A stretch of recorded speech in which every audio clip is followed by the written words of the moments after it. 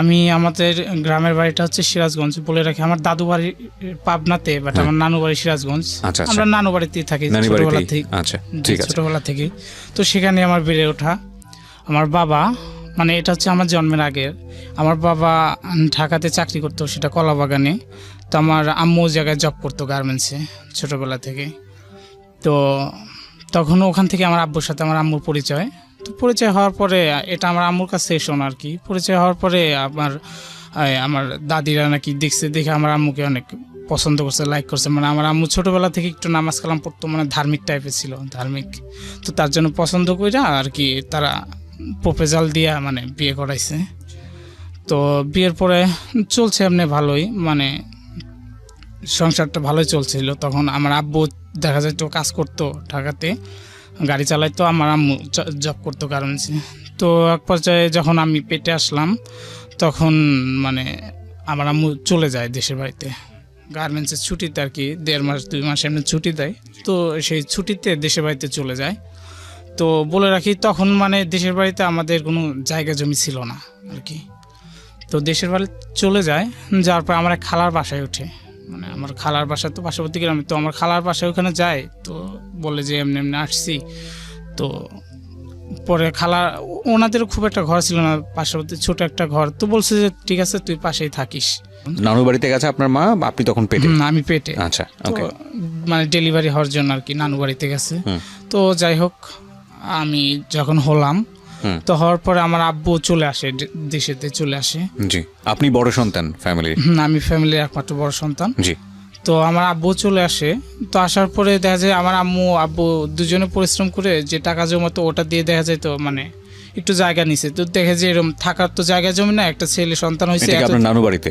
এতদিন তো ঢাকাতেই থাকছোস, তো এই যে একটু জায়গা জমি কিন। পরে আমার নানুরা সবাই মিলে একটু জায়গা দেখায় জায়গা কিনে দিল আর কি, ওই জায়গায় 6 ডিসিমের মতো এতটুকু জায়গা, মানে আমাদের কোনো রকম থাকার জন্য। তো ওখানে ঘর বাড়ি করে ওখানে আমরা থাকতাছি। তো আমার আব্বু তখন মানে মেকানিক্যালের কাজ জানতো, তো মানে গ্যারেজে কাজ করতো, রিক্সা ভ্যান এগুলো সারতো। তো একটা দোকান দিয়েছে আমার আব্বু বাজারের পাশেই। তো আমি তখন মোটামুটি ভালোই বড় হয়েছি, 7 বছর 6 বছর আমার এরকম হবে কিছু। তো আমাকে স্কুলে ভর্তি করে দেওয়া হলো। আর আমার আব্বু দেখা যাচ্ছে গ্যারেজে কাজ করছে, তো আমাদের সংসারটা ভালোই চলছে। তো আমি তখন হয়তো ক্লাস 2তে বা 3তে পড়বো, এমন কিছু, মানে সঠিক আর কি মনে হচ্ছে না, ওই 2 বা 3 এমন। তো আমার আব্বু তখন হুট করে দোকানটা বিক্রি করে দিল। আচ্ছা, তো বিক্রি মানে কিসের গ্যারেজ ছিল এটা? এটা হচ্ছে আপনার মানে রিক্সা ভ্যান এগুলো সারতো। তো আমার আব্বু মানে সেটা দিয়ে আর কি সংসার চলতো। তো আমার আব্বু হুট করে বিক্রি করে দিল সংসার, মানে গ্যাসটা কোনো ইস্যু ছাড়াই, মানে কি কারণ সেটা না বলেই এমনিতে মানে বিক্রি করে দিল। আসলে বলে রাখি, মানে ওই দোকানটা যে দেওয়া হয়েছে, মানে ওই দোকানের জন্য লোন নেওয়া হয়েছিল মানে 35,000 টাকা। তো দেখা গেল 2-4 মাস কিস্তি চালানো হয় নাই, মানে তার আগে দোকানটা, এখন কিস্তিটা কিন্তু ঠিকই টানতে হবে। তো দেখা গেল ওইটা ছাড়া আর কোনো ওয়ে নাই কিস্তিটা টানার মতো। তো মানে ওখান থেকে যা খরচ আছে সেটাতে চাল ডাল কিনতেছে, আর কিছু টাকা জমায় রেখে মাস শেষে কিস্তি দিচ্ছে মানে। তো হুট করে বিক্রি করে দিল। তো আমার আম্মু বললো যে কি ব্যাপার, এমনি তুমি এটা বিক্রি করে দিলা, তো এখন সংসারটা চলবে কেমনে, আর কিস্তিটা কেমনে দেবো? তো আমার আব্বু কিছু বলে না, এমনি একটু রাগারাগি পরে 2 থেকে 3 দিন মানে এমনি থাকার পরে একটু মন মেলামেলি আমার আব্বু আম্মুর সাথে। তো হুট করে আমার আব্বু কিছু না বলে চলে যায়, মানে ঢাকাতে আর কি চলে আসে। তো সেই যে চলে আসে, মানে সেদিনকে আমার কান্নাকাটি করতেছে, আমি যে আব্বু কিছু বললা। বয়স তখন কত? আমার বয়স 7 বছর। ক্লাস 2তে পড়েন? জি, ক্লাস 2তে পড়ি, 7 বছর বয়স হবে। তো আমার মানে আম্মু বলতেছে কি ব্যাপার, গেল কোথায়? মানে আমাদের যারা মানে কাজিন ছিল, মানে আত্মীয় স্বজন যারা ছিল, তাদের সবার বাসায় মানে খোঁজ নেওয়া হইলো, বাট কোনো পাওয়া গেল না যে সে গেছে ওখানে। তো গেল কই? এইভাবে দেখা যাচ্ছে 1 দিন 2 দিন 4 দিন চলে যাচ্ছে, কোনো ফোন টোন কিচ্ছু নাই, কোনো যোগাযোগও নাই।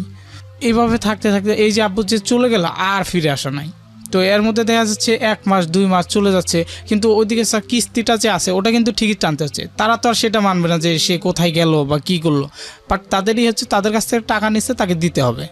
তো আমার মা এই যে একটা প্যারার ভিতর পড়ে গেল, যে সে কেমনে একটা মহিলা মানুষ এত টাকা 30 থেকে 35,000 টাকার কিস্তি, আবার সংসার, তখন করলো কি, আমার আম্মু ফার্স্ট কিস্তি হয়তো কারোর কাছ থেকে ধার নিয়ে দিল, তো এখন সেকেন্ড টাইম কেমনে দিব। তো আমার আম্মু দেখলো যে একটা লোকের বাড়িতে কাজ করা শুরু করে দিল। তো এর ভেতর আমাকে নিয়েও মানে তাদের অনেকটাই কষ্ট হয়ে যায়। দেখা গেল সামনে ঈদের মানে এই যে চলে গেল, যাওয়ার প্রায় 2 মাস বা 3 মাস পরে মানে ঈদ আসলো। তো তখনও মানে আমার বাবার কোনো খোঁজ খবর নেই।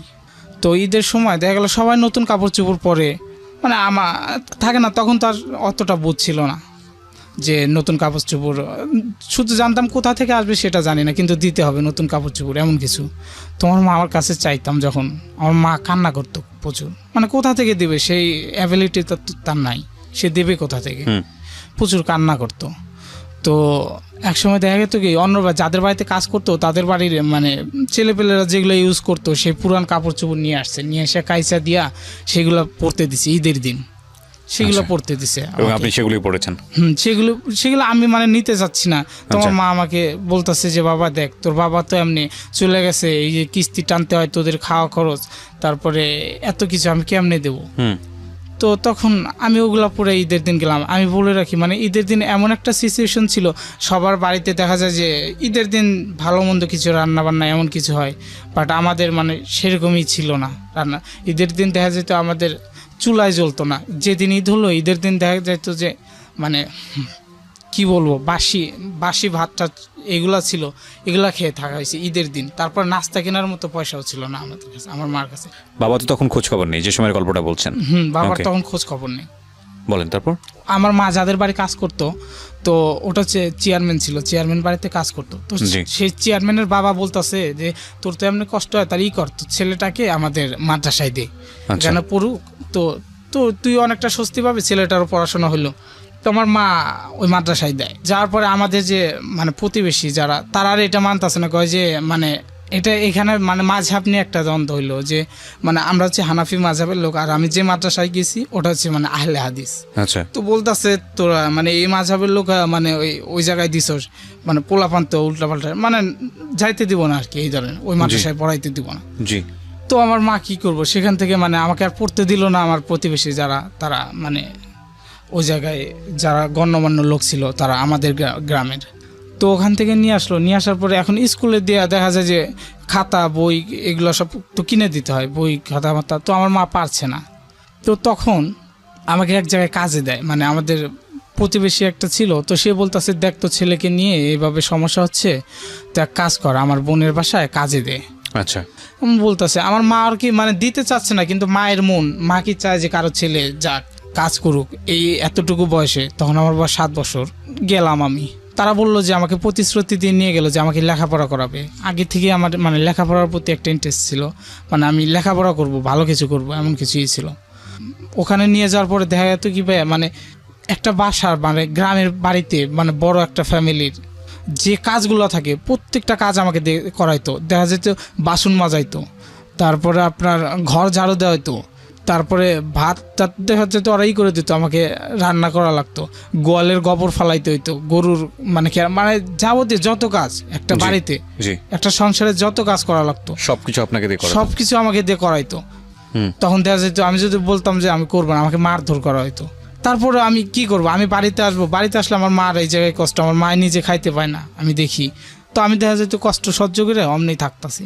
তো আমি বলতাম যে আচ্ছা ঠিক আছে, আমাকে কাজ করানোর সমস্যা নাই, কিন্তু আপনারা যে বললেন যে আমাকে একটু পড়াশোনা করাবেন, তো আমাকে যদি মানে স্কুলে না যাইতে দেন, বাসায় তো আপনারা তো অনেক শিক্ষিত আছেন, তো বাসায় যদি একটু আমাকে পড়াইতেন, তো একটু সময় 1 ঘন্টা বা 2 ঘন্টা সময় করে মানে পড়াইতেন, তাহলে মানে আমি কাজ করি তাতে দুঃখ নাই, যত করা, যদি একটু পড়ানোর সুযোগ দিতেন তা আমার খুব ভালো হইতো। তোরা দেখতো মানে বলতে আচ্ছা ঠিক আছে দেবনি, যা কাজ কর, মানে ঝাড়ি জড়ি দিয়ে ছাড়ি দিত, ঠিক আছে যখন সময় পাই তখন পড়াবো, যা কাজ করে এখন। তো আমাকে আসতে দিত না। আমি বলতাম যে ঠিক আছে আমি আমার মাকে একটু দেখতে যাব, তো বলে না দেখতে যাওয়া লাগবো না, দেখতে যা কি করবি, তো আমি খোঁজ নেবনি তোর মা কেমন আছে। তো আমাকে বলতো তোর মা ভালোই আছে, হয়তো খোঁজ নিত কিনা আমি সেটা মানে সঠিক জানতাম না, কিন্তু আমাকে বলতো আর কি, সান্তানো সব বলতো তোর মা খুব ভালোই আছে আর তোকে যাইতে না করছে, মানে এইভাবে বলতো আর কি। তো আমার বিশ্বাস হতো না যে আমার মা যাইতে না করছে। তো এক সময় ঈদ আসে, এর ভিতর বলে রাখি এই যে নিয়ে গেছে, দেখা যেত যে একটা ভালো কাপড় চোপড় দেখা যায় যতই কাজ করা তারপরে দেখা যায় ছেঁড়া ছুটায় মানে ছেঁড়া মেরা জামা জুমা এগুলো মানে আমাকে দিত, পরায় রাখতো। আর খাবার দিত ভাই বলি কি বলবো, মানে সবাই খায় যেটা বাঁচতো বাসি পচা সেই খাবারটা আমাকে দিত। এই গল্পটা যারা শুনছেন তাদের অনেকের বাড়িতেই এরকম ছোট ছোট কাজের ছেলে আছে আমি বিশ্বাস করি। রেডিওতে শোনার পরে আপনার ভেতরে যে অনুভূতিটা হচ্ছে সেটা হয়তো একটা সফট অনুভূতি, কিন্তু এই অনুষ্ঠানটা যদি কোনো একটা সিচুয়েশনাল প্রেক্ষাপটে আপনার যদি ধরনের কোনো মেন্টালিটি থাকে যেটা আসলে ওই শিশুর বড় হওয়ার জন্য খুব কষ্টকর, তাহলে আমার মনে হয় আপনি পরিবর্তন করে একটা অনেক বড় পুণ্যের ভাগিদার হতে পারেন। আর মানে সবচেয়ে বড় কথা হচ্ছে নিজের ভেতরের তো একটা মনুষ্যত্ব আছে, আমরা তো মানুষ, তাই না? তো সেই জায়গার একটা আত্মতৃপ্তির ব্যাপার আছে, সেটাকে আপনি জাগ্রত করতে পারেন। এবং আমরা সবসময় একটা কথা বলি, যে মানুষ যে অবস্থায় থাকুক না কেন, ভুল শুদ্ধ সব কিছু মিলিয়ে আমরা মানুষ। এবং আমরা জন্মের পর থেকে অনেক কিছু সমাজের কাছ থেকে শিখি এবং আমরা ধরে নেই যে এটাই নিয়ম, কিন্তু অবশ্যই আমাদের এথিক্স এবং বিবেকবোধের জায়গা থেকে সব কিছুই প্রশ্ন করা উচিত। আপনি ছোটোবেলা থেকেই হয়তো পরিবারে বড় হচ্ছেন, বিশেষ করে ও যে পরিবারের গল্পটা করছিল, ওই পরিবারে যদি একটা ছোট ছেলে থেকে থাকে, সে হয়তো মনে করবে যে চাকর বাকরের সাথে এইরকম আচরণ করাটাই বোধহয় নিয়ম এবং এটার মধ্যে কোনো ভুল নেই। ও বড় হয়ে কিন্তু ওর পরিবারে যদি এরকম কোনো ছেলে আসে ও এরকমই আচরণ করবে। কিন্তু আমরা আসলে প্রতিনিয়তই সমাজের কাছ থেকে এটা শিখছি এবং শিখছি বিনা বাক্য ব্যয়ে, বিনা প্রশ্ন ব্যয়ে এটা শিখছি। কিন্তু মানবিক জায়গা থেকে আমাদের এই জিনিসগুলো নিয়ে প্রশ্ন করার আছে। সোশ্যাল সাইটে বিশেষ করে ফেসবুকে এরকম কোনো সেলিব্রিটির কোনো ছবি চলে আসলে, যে সেলিব্রিটি তো খাওয়া দাওয়া করছে, পাশে হয়তো কাজের মেয়েটা দাঁড়িয়ে আছে। আমি নিজেও একটা পোস্ট করেছিলাম কিছুদিন আগে, আমি একটা রেস্টুরেন্টে খাচ্ছিলাম এবং সেই রেস্টুরেন্টে আমি দেখলাম যে বাবা খাচ্ছে, মা খাচ্ছে, ছোট একটা বাচ্চা সেও খাচ্ছে এবং কাজের মেয়েটাকে তারা যেটা করেছে টেবিলের পাশে বসিয়ে উল্টো দিক করে ঘুরে বসতে বলেছে। চিন্তা করে দেখুন কতটা ভয়ানক হতে পারে, কতটা ভয়ানক পাশবিক নির্লজ্জ মানসিকতা হতে পারে। এইরকম রেস্টুরেন্টে সাধারণত শিক্ষিত মানুষরাই যায়, এরকম রেস্টুরেন্টে সাধারণত পড়াশোনাওয়ালা মানুষ, পয়সাদার মানুষ যারা তারাই যায়। তো শিক্ষিত পড়াশোনা বিশ্ববিদ্যালয়ে পড়ুয়া একটা মানুষের বিবেক আর 10টা মানুষের চেয়ে একটু ডিফারেন্ট হবে, ভালো হবে, এটাই তো আমরা এক্সপেক্ট করি, তাই না? তো সেরকম একটা পরিবারের কর্তা যিনি, তিনি খাচ্ছেন, পরিবারের কর্ত্রী যিনি, মানে যিনি সংসার সামলান, আমি তার ওয়াইফের কথা বলছি, তিনি খাচ্ছেন, তাদের একটা ছোটো বাচ্চা আছে সেও খাচ্ছে এবং এই টেবিলেই একটা চেয়ার উল্টো দিক করে ঘুরিয়ে রাখা, সেখানে কাজের মেয়েটাকে বসিয়ে রাখা হয়েছে। আমরা কি মানুষ? এই ছবিটা যখন ফেসবুকে আমি ছাড়লাম, সেখানে বিভিন্ন রকমের কমেন্টস এসছে, আজে বাজে গালি এসছে। এবং ফেসবুকের কথাটা আমি এই কারণেই বলছি, যারা গালি দিয়েছেন, যারা বকা দিয়েছেন ওই ফ্যামিলিটিকে, তাদের মধ্যে অনেকেই এরকম করেন। আমরা সোশ্যাল সাইটে এসে যতটা ভদ্র এবং অভদ্র হই, আমি আবার সেন্টেন্সটা রিপিট করছি, যতটা ভদ্র, বিবেকবান এবং অভদ্র হই, আমাদের ব্যক্তি জীবনে আমরা সেটা নই, আসলেই নই। এই কারণে আমরা এটাকে খুব গুরুত্ব সহকারে নেই না, হয়তো ইদানিং নেওয়া শুরু করছি, নেই না আসলে। এবং যে কারণেই অনেক সময় আমরা যে আচরণটা করা উচিত সেটা বুঝে উঠতে পারি না, হ্যাঁ, এবং যেটা এক্সপেক্টেড সেটা বুঝে উঠতে পারি না। তো সেই জায়গাটা থেকে আমি সবাইকে রিকোয়েস্ট করব যে বিশেষ করে মানুষের প্রতি আচরণ, ঘরের মানুষ, এবং সে কিন্তু আপনার ফ্যামিলি মেম্বার, যেই বাচ্চাটা আপনার বাসায় কাজ করছে, যদিও তো আইনত আমি জানি যে শিশু শ্রম বৈধ না, তারপরেও আমি একটু সুযোগ পেয়েছি বলে একটু এই জায়গাটা একটু বললাম যে যদি কখনো এরকম হয়, এই বাচ্চাটাকে আপনি একটা মানবিক মর্যাদায় বড় করুন। মানবিক মর্যাদা, আমি বলছি না যে আপনার সন্তানকে আপনি যাই খাওয়াবেন ওকেও তাই খাওয়ান, এটা হয়তো আপনার জায়গা থেকে সম্ভব না। আপনার সন্তানকে যেভাবে ট্রিট করবেন ওকেও সেভাবে ট্রিট করবেন, যদিও ধর্মে সে কথাটাই বলা আছে, কিন্তু অ্যাটলিস্ট মানবিক আচরণটা করুন, হ্যাঁ। এবং এই মানবিক আচরণটা এমনও হতে পারে যে কার ভাগ্যে আসলে কী লেখা আছে আমরা তো জানি না, যে আপনার সন্তান হয়তো আপনাকে ঈদ চলে আসলো, তো আমি বলতেছি আমি বাড়িতে যাব, তো বলতেছে না কেন যাবি, বাড়িতে যাবি, ঈদের দিন এরকম মানে মানুষজন আসবে, অনেক লোকজন আসবে, তো অনেক গ্যামজাম থাকবে, একটু কাজ বাজ করতে হবে, তো তুই ঈদের পরের দিন যাস। তো আমি অনেক কান্নাকাটি করতেছি, তো যখন দেখছি তারা আমাকে আর মানাতে পারছে না, কিছুতেই মানে বোঝাতে পারছে না, তো তখন মানে এক পর্যায়ে রাজি হয় যে আচ্ছা ঠিক আছে যাস। তো যাবি কেন, ঈদের দিন যাবি, ঈদের আগের দিন যাইতে পারবি না। তো ঈদের দিন দেখা যায় তো বাড়ির সব কাজ, অনেক সকালে উঠছি, ওইটা যতগুলো কাজ আছে মানে কাজ সব কিছু কমপ্লিট কইরা তারপরে সবাই মাঠে নামাজে যাচ্ছে, তখন মানে আমাকে যে নিয়ে গেছিল কাজে, ওর গাড়ি আছে মোটর সাইকেল, তো মোটর সাইকেলে উঠাইয়া রাস্তায় নামাই দিল, রাস্তা থেকে একটু দূরে আমাদের বাড়ি। তো আমাকে যখন নামাই দিল দেখি সবাই মাঠে যাচ্ছে, তো নামাই দিয়ে আমার হাতে 150 কি 200 টাকা দিল, দিয়ে বলতেছে ঠিক আছে যা তুই। তো যাস, আমি তোকে আবার নিতে আসবো নি। তো আমি বললাম আমি কিন্তু আজকে বা 2-4 দিনের ভিতরে আমি আর যাবো না। তো আমি চলে গেলাম। আমি তো খুশি যে আমার নামাজ দিছি, এতদিন পরে বাড়িতে আসলাম, সবাই মাঠে যাচ্ছে।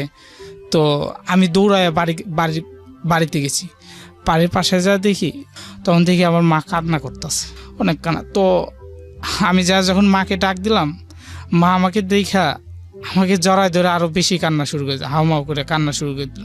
বলতেছে যে তুই এতদিন খোঁজ খবর নাস নাই, এই যে ওদের কাছে বলছি যে তুই একবার এলে বাড়িতে তুই নাকি বলছো যে আসবি না, তুই ওখানেই ভালো আছোস, ওখানেই থাকবি, ওখানেই থাকস, অনেক ভালো আছোস, আমি তোকে এতদিন মানে দেখতে পারি না। মা গিয়ে দেখতে পারতো না ওখানে? না, আমার মাও যাইতো না। যেত না কেন? বলতো ওরা আইসা বলতো যে ও ভালো আছে ওখানে, এখন আসবে না, যায় না, এমনি আচ্ছা হয়তো বলতো। আর আমি বলতাম আমি আমার মার কাছে যাব, ওরা আমাকে বলতো যে আমার মা উল্টা মেসেজ দিত আর কি। ওরা হয়তো বুঝতে পেরেছিল যে আপনার মার সঙ্গে দেখা হলে হয়তো ওরা কাজ করাতে পারবে না বা এরকম কোনো কিছু, হয়তো এমন কিছু। হ্যাঁ। তো আমি যখন আসলাম, আমাকে দেখে মা খুব কান্না করতেছে। তো আমি আসলাম যে তখন মানে আমি খুব ক্ষুধার্ত ছিলাম, না খেয়ে চলে আসছি ওখান থেকে। তো মাকে বললাম মা বাড়িতে কি কিছু আছে, তো আমাকে দাও, আমি কটা খাই। তো আমার মা আরও বেশি কান্না করল, কয় বাবা বাড়িতে তো হারিয়ে চলে নাই, মানে রান্না হয় নাকি আর কি। তো খুললাম, রান্না হয় না, মানে কয় যে গত 7 দিনে যে কাজটা করছে সে চাল বা টাকা ওটা বিক্রি করে কিস্তি দিয়ে দিছে, আজকে ঈদের একটা দিন রান্না হয় নাই। তো আমার কাছে যে 150 টাকা ছিল, তো আমি বললাম আচ্ছা মা দাঁড়াও, সমস্যা নেই, আমি আসি। 150 টাকা দিছে, ওটা নিয়ে আমি দৌড়ায় দোকানে গেছি, যাই আপনার সেমাই লাচ্চা আর কি, মানে একটা মিঠা জাতীয় ঈদের দিন আছে না ভালো মন্দ, তো আমি ওগুলো নিয়ে আসছি, নিয়ে এসে মাকে দিলাম, রান্না বান্না করে খালাম। খাওয়ার পরে ঈদের দিন আমি মাকে বলতেছি যে মা আমি আর ওই জায়গায় যাবো না। এক পর্যায়ে আমি বলতে চাইছিলাম না যে না বলবো না, দেখা যায় অসহ্য, আমি থাকতে পারছি না আর এভাবে। আসলে আমার বয়সটা খুব কম, মানে আমার ফিটনেসের সাথে যে আমাকে যে পরিশ্রমটা করাচ্ছে, মানে আপনি নিতে পারতেছি না, মানে এটা বেশি ওভারলোড হয়ে যাইতেছে। তো প্রতিনিয়ত অসুস্থ হয়ে যেতাম, তারপরে কাজ করতে হইতো। জি। তো আমি মাকে বললাম এসব, তো আমার মা বললো ঠিক আছে বাবা তোরা যাওয়া লাগবো না ওই জায়গা। তো ওরা পরবর্তীতে আবার নিতে আসছিল, আমার মা বলছে না আমি খায়া থাকি না খায়া থাকি, আমি আমার ছেলেকে নিয়েই থাকবো, আর ছেলে আমার সাথেই থাকবে, আমি আর দেবো না আপনাদের ওই জায়গায় কাজে। আমার মা আবার আমাকে স্কুলে ভর্তি করে দিল। আমি বললাম মা তো আমি আবার না স্কুলে ভর্তি, মানে আমার পড়ার প্রতি আগ্রহটা আগের থেকে ছিল যে আমি পড়াশোনা করব, মানে আমার যখন বুঝ হয়েছে তখন দেখছি একটু পড়াশোনা করে হয়তো ভালো কিছু করব, এমন কিছু। তো আবার স্কুলে ভর্তি করে দেয় আমাকে। তো আমি স্কুলে যাচ্ছি, তো এই পর্যায়ে দেখা যাচ্ছে স্কুলে যখন আবার ভর্তি করে দিল, তার 5-6 মাস পরে আমার বাবা হুট করে ব্যাক করছে। আচ্ছা। তো আসার পরে আমার মা বাবা আমরা সবাই তো কান্নাকাটি, যে এতদিন পর প্রায় 1.5 বছর পরে চলে আসছে। তো আমরা সবাই তো তাকে দেখে অনেক কান্নাকাটি, তো অনেক কিছু বললাম যে এইভাবে চলে গেছো, মানে এত কষ্ট কইরা এইভাবেই করতেছে। তো আমার বাবা হয়তো ভুল বুঝতে পারছে, তো বলতেছে আসলে মানে এটা আমারই ভুল, মানে তার ভুলটা সে বুঝতে পারছে, সে বলতেছে আসলে এভাবে চলে গেছি। তো আসার পরে আবার আমাদের সাথে থাকতেছে, একসাথেই থাকতেছি। আমার বাবা যখন নেক্সট টাইম আবার আসলো, তখন আবার একটা গ্যারেজে কাজ করতো, গাড়ি গ্যারেজে আবার কাজ নিল। তো নেওয়ার পরে যে আমাদের যে মানে 5 শতক জায়গা কিনা হলো, আমার মা টাকা করলো বাড়ি করার জন্য। তো বাড়ি করলাম 5 শতক জায়গা নিয়ে। তো এই জায়গায় বলি মানে আমাদের বাড়িটা যে করছি তার বাড়ির পাশে, মানে আমি সেই ভদ্রলোকটার নাম বলবো না, হয়তো মানে সে সমাজে গণ্যমান্য একটা লোক, তার নাম বললে হয়তো সম্মান ক্ষুণ্ণ হবে, আমি চাচ্ছি না তার সম্মান ক্ষুণ্ণ, বাট আমার সাথে যেটা করছে আমি সেটা বলতেছি। তার জায়গাটা অনেক ছিল, বাট আমাদের যে 6 শতক জায়গাটা নিছি না, মানে এই জায়গাটার কারণে ওর বাড়িটা আর কি একটু অগোছানো লাগে, মানে প্লেসমেন্টটা ঠিক মতো মানে অগোছানো লাগে। তার কারণে এই যে একটা শত্রুতা। আর দেখা যেত কি বাড়িতে আমরা ঘুমাচ্ছি, রাত্রে ঠিক মতো ঘুমাইতে যেত না, ঢিল মারতো চালে।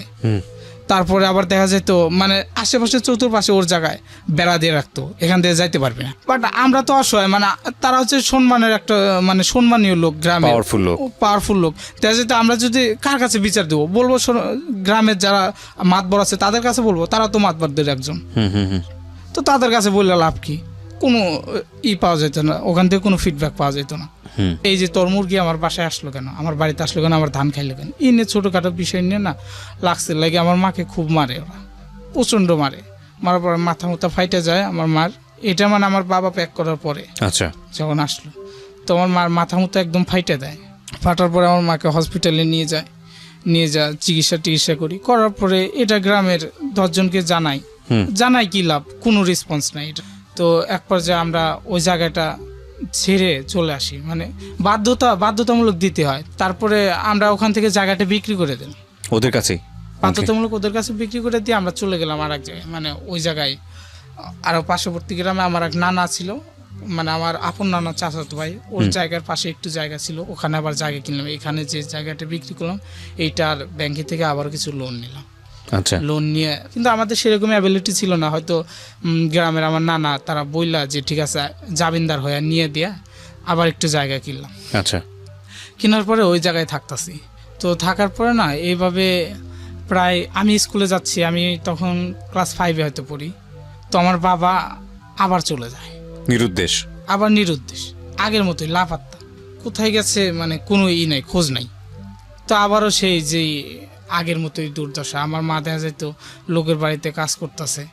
তো তখন আবার বলে রাখে আমার আর একটা ভাই হয়েছে, তো এর ভিতর আমার আর একটা ছোটো ভাই হয়েছে। আমার আব্বু যখন আবার ব্যাক করলো না, তখন আমার আর একটা ছোটো ভাই, দেখা যায় তো আগে আমি একা ছিলাম, এখন আমার আর একটা ছোটো ভাই। তো আমাকেই দেখবে নাকি, সে তো আরও ছোট ছেলে, তার খরচ বেশি।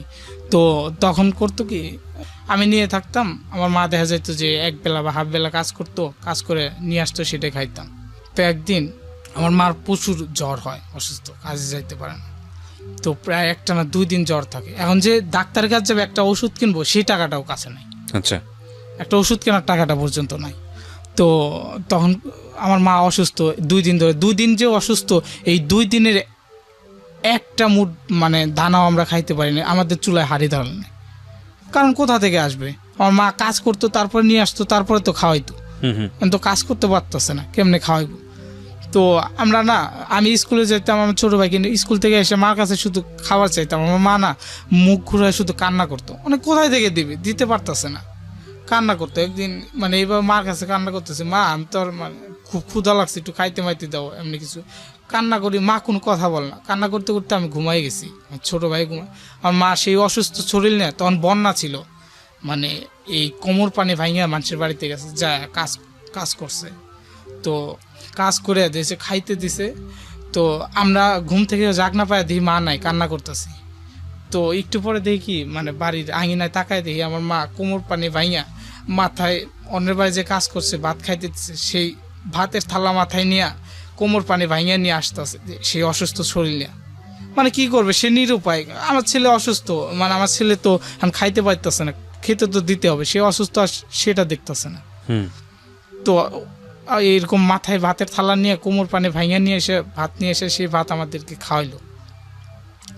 তো খাওয়া দাওয়া এইভাবে দেখি আর কয়দিন চলবো। তো আমার মা আবার পাশের বাড়ির আর একটা লোক অফার দিল যে তোর ছেলেটাকে কাজে দে।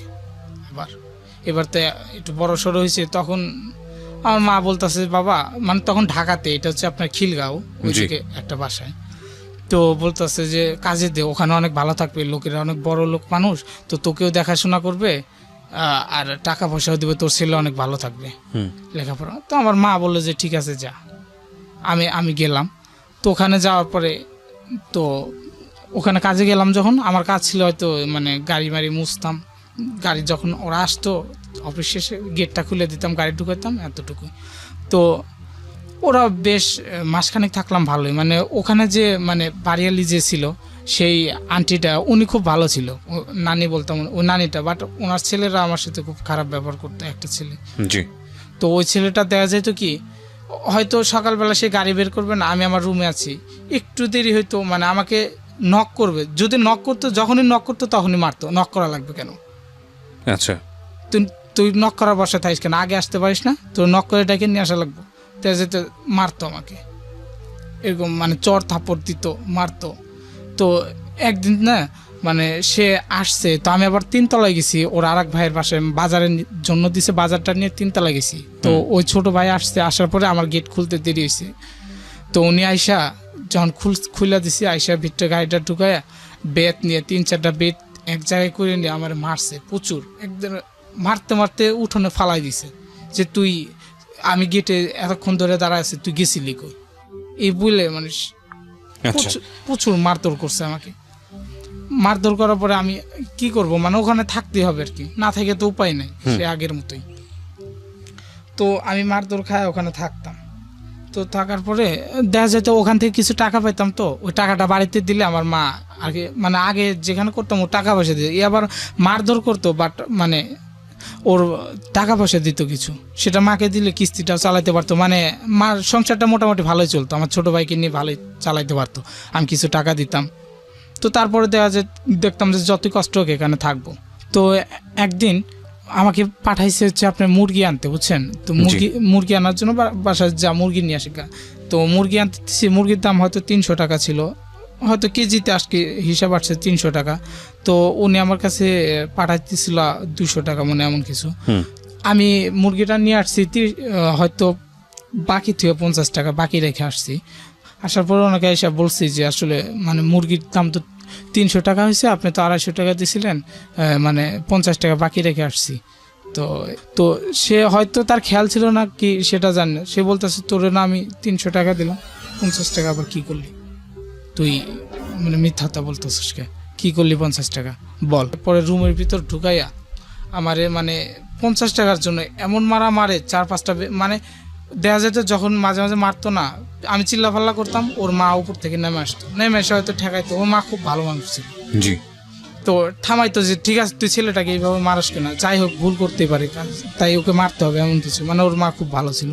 তো সেদিন করে কি দরজা লাগায়, মানে যাতে কেউ না আসতে পারে, দরজা লাগায় আমাকে এত মারে জায়গায় জায়গায় ফাইটা ফুটে যায়, এখনো সেই দাগ আছেই। একবার মাইরা রক্তাক্ত করে ফেলায়, মানে যখন দেখতেছে যে মানে তার যতক্ষণ মানে খায়েশ না মিটতেছে ততক্ষণ মারতেইছে। তো এইভাবে এক পর্যায়ে যখন আমি সেন্সলেস হয়ে গেলাম তখন সে দরজাটা খুলে দিয়ে চলে আসলো। তো তারপর হয়তো আমাকে পানি ঢাইলা সুস্থ করা হলো। আর একটা বিরতি নেব প্রিয় শ্রোতা। ফুলে পানি দিতেছি, হয়তো আপনার শরীরে মানে একটু পড়ছে, তো ভাই কিছু মনে করে না। তখন করছে কি এতটুকু ইটের আতলা তুইলা মানে ঢিল মারছে, নিচ থেকে উপর দিকে ঢিল মারছে। তো মারার পরে ঢিলটা আমার মাথায় পড়ছে, উপর দিকে ওইটা নিচ দিকে মাথায় পড়ছে। পরে আমার একটু রাগ হইলো, হওয়ার পরে আমি আবার করলাম কি ওই ইটাটা তুইলা আমি আবার উপর থেকে নিচ দিক ছুঁড়ে দিচ্ছি। তো আমি আবার মানে তখন আমি একটু রাগেই মারছি আর কি, তখন হয়তো মানে সেইভাবে ভাবতাম না যে এটার জন্য হয়তো বড় কিছু হবে। তো ও এইদিকে উপর দিকে তাকায় আছে, তো যখন ঢিলটা ছুটছি তখন ঢিলটা যাওয়ার চোখে পড়ে, বড় একটা ইটের আদলা উপর থেকে মারছি, ওই দিক তাকায় আছে, চোখে যা লাগছে, লাগার পরে তো চোখ দিয়ে ব্লাড হইতেছে, ও নগদ ওই জায়গায় পড়ে গেছে। আমি তো ভয় যে আল্লাহ কি করলাম, এটা একদম বিকৃত হয়ে গেছে, সেইটা হয়তো গেছে এমন কিছু, অনেক জোরে ছুটছি। তো তখন তো বাসার সবাই তো মানে একটু পাওয়ারফুল লোক, তারা অনেক সবাই খেপে টেপে যায়। তো বাসায় আসে, এক পর্যায়ে বাসায় এসে মানে ভাঙচুর এই অবস্থা, মানে কাটারি মাটারি এটা সেটা নিয়ে এসে মানে দরজা ধাক্কাইতেছে, দরজা তো নক করে দাও, বলতেছে যে বাড়ির আরো যারা ছিল তারা বলতেছে আচ্ছা ঠিক আছে যাই হোক, একটা মানে এর একটা শুরু হবে, আসুক ভাই আপনার এরকম উত্তেজিত হইতেন না। তোরা বলতেছে যে ছেলেটাকে বের করে দেয়, তারপরে বিচার যা করা লাগে আমরা করতেছি, কিন্তু ছেলেটাকে দিতেই হবে, মানে ওরাও উশৃঙ্খল হয়ে গেছে এক পর্যায়ে কাটায়। তো আমি তো ভয় কি করব, পরে ওরা আসে উপরে আসে আমাকে খুঁজতে, তো আমি তো ভয় করছি কি মানে ছাদে যে টাঙ্কি থাকে টাঙ্কির ভিতরে ফলাইছি যাতে আমার আর না পায় খুঁজা। জি। তো তখন ওরা মানে খুঁজা মুজা যায় আর পায় না পায়া আমাকে খুঁজা পায় না, পরে নিচে যায়, মানে ওরা তো নিচে দেখা যায় এক পর্যায়ে মানে ওই জায়গা থেকে নড়তাইছে না এমন অবস্থা, 3-4 ঘন্টা হয়ে যাইতেছে ওই জায়গায় বসে আছে, ওকে দিতে হবে, ওদের কথা হলো যে ওকে বের করে দিতে হবে। তো তখন মানে ওই আমি যে বাসায় কাজ করতাম না, ওই বাসার মালিক একজন ছিল চক্ষু মানে বিশেষজ্ঞ ডাক্তার। তো উনি ইমিডিয়েটলি ওনাকে নিয়ে হসপিটালে যাওয়ার পরে মানে অপারেশন থিয়েটারে নিয়ে দেখে মানে চোখ একটা এটা বাতিল আর কি। আচ্ছা। চোখটাই পুরা হয়ে গেছে গা, নষ্ট হয়ে গেছে, একটা চোখ কানা, তো এক চোখ অন্ধ হয়ে গেছে গা। তখন তো ওরা তো আরো বেশি বিগড়ে গেছে। তো তখন তো বাসায় ফোন দেয়া বলতেছে মানে আমার নানি যে আম্মু এমন এমন কথা, ছেলেটার চোখ তো ওইটা নষ্ট, একবার বাতিল হয়ে গেছে। এই নিউজটা তো ওরা শুনলে তো আরো বিক্রি, তো এখন কি করবো, ও কই, ওরা বলছে যে ওরে তো খুঁজা পাইতেছে না, ও গেছে কই। পরে আমি তো আবার টাঙ্কির ভিতরে পলাইছি, ওরা তো পুরো সাত খুঁজা দেখছে নাই। পরে আমি টাঙ্কির ভিতর থেকে বাইরে ছাদে দাঁড়ায় আছি, তো আমাকে আবার নিয়ে আসছিল আমার এক ভাই, ওই ভাই আবার মানে ওই জায়গায় পড়াশোনা করতো, ওই বাসার সাথে ম্যাচ ছিল, ওই ম্যাচে থাকতো। তো ওই ভাই নিজ দিয়ে যাইতেছে, আমি ডাকতেছি শুনতেছে না উপর থেকে, পরে একটা ফুল ছুঁড়ে মারছি, মারার পর ওই ভাইয়ের সামনে বলছে, উপর দিকে তাকাইছি, তাকাইলে পরে আমি বললাম যে আমি ভাই এনে উপরে আসেন। পরে সে আসে, মানে আইসা শুনে কেমনি কি বলে এমনি এমনি কথা, তো এমনি ঢিল ছুটছে, ওর চোখ তো কানা হয়ে গেছে। তখন কি করব, তো ওই আপা বলতেছে যে মানে ওর ছোট ছেলে কয় ও আসার আগে ওরে তাড়াতাড়ি বাড়ি থেকে খেদাই দাও, বিদায় করে দাও। তুই ভাই বলতেছে এখন কি করবো, কই দিয়ে নিয়ে যাবো, সামনেতে তো বাড়ি করলে তো ওরা নিয়ে নিব। তো আমারে করলো কি বলে তুই অলটপ কয়া এই পাশ দিয়ে মানে নর্দমার ভিতর দিয়ে পার হয়ে যা, আচ্ছা ওই দিক দিয়ে যা। পরে আমারে নিয়ে সে বললো যে আমি এই দিক দিয়ে আসি, নিয়ে যা আপনার খিলগাঁও নিয়ে আসলো, নিয়ে এসে ওই জায়গায় আইসা আমাকে কাপড় চুর কিনে দিল, মানে নোংরা হয়ে গেছে না, অনেক নোংরা আবর্জনা ভিতর দিয়ে চলে আসছি। তো কিনে দিয়ে বললো যে একটা ট্রেনের টিকিট কেটে বললো তুই বাড়িতে চলে যাগা। পরে আমি বাড়িতে চলে আসলাম, ওখান থেকে চলে আসার পরে মানে বাড়িতে যখন চলে আসলাম আমার মা বললো যে কী ব্যাপার, আমরা দেখে হুট করে কোনো কথা নাই বার্তা নাই চলে আসলি। আমি বললাম যে এমন আমার কথা, তেমন একটা অ্যাক্সিডেন্ট হয়েছে, তার জন্য আমি চলে আসছি। তো আবার বাড়িতে আসার পরে আবার আমি ওখানে আবার স্কুলে ভর্তি হলাম। ভর্তি হওয়ার পরে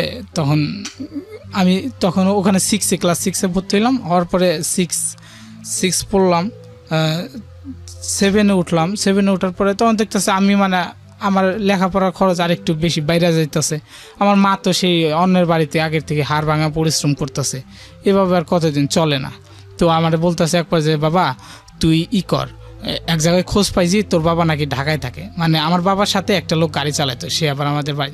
তো সে এসে বলতেছে আমি তো এমনি এমনি মাহমুদুল্লাহ বাবারে ওই জায়গায় একদিন দেখছি। আচ্ছা।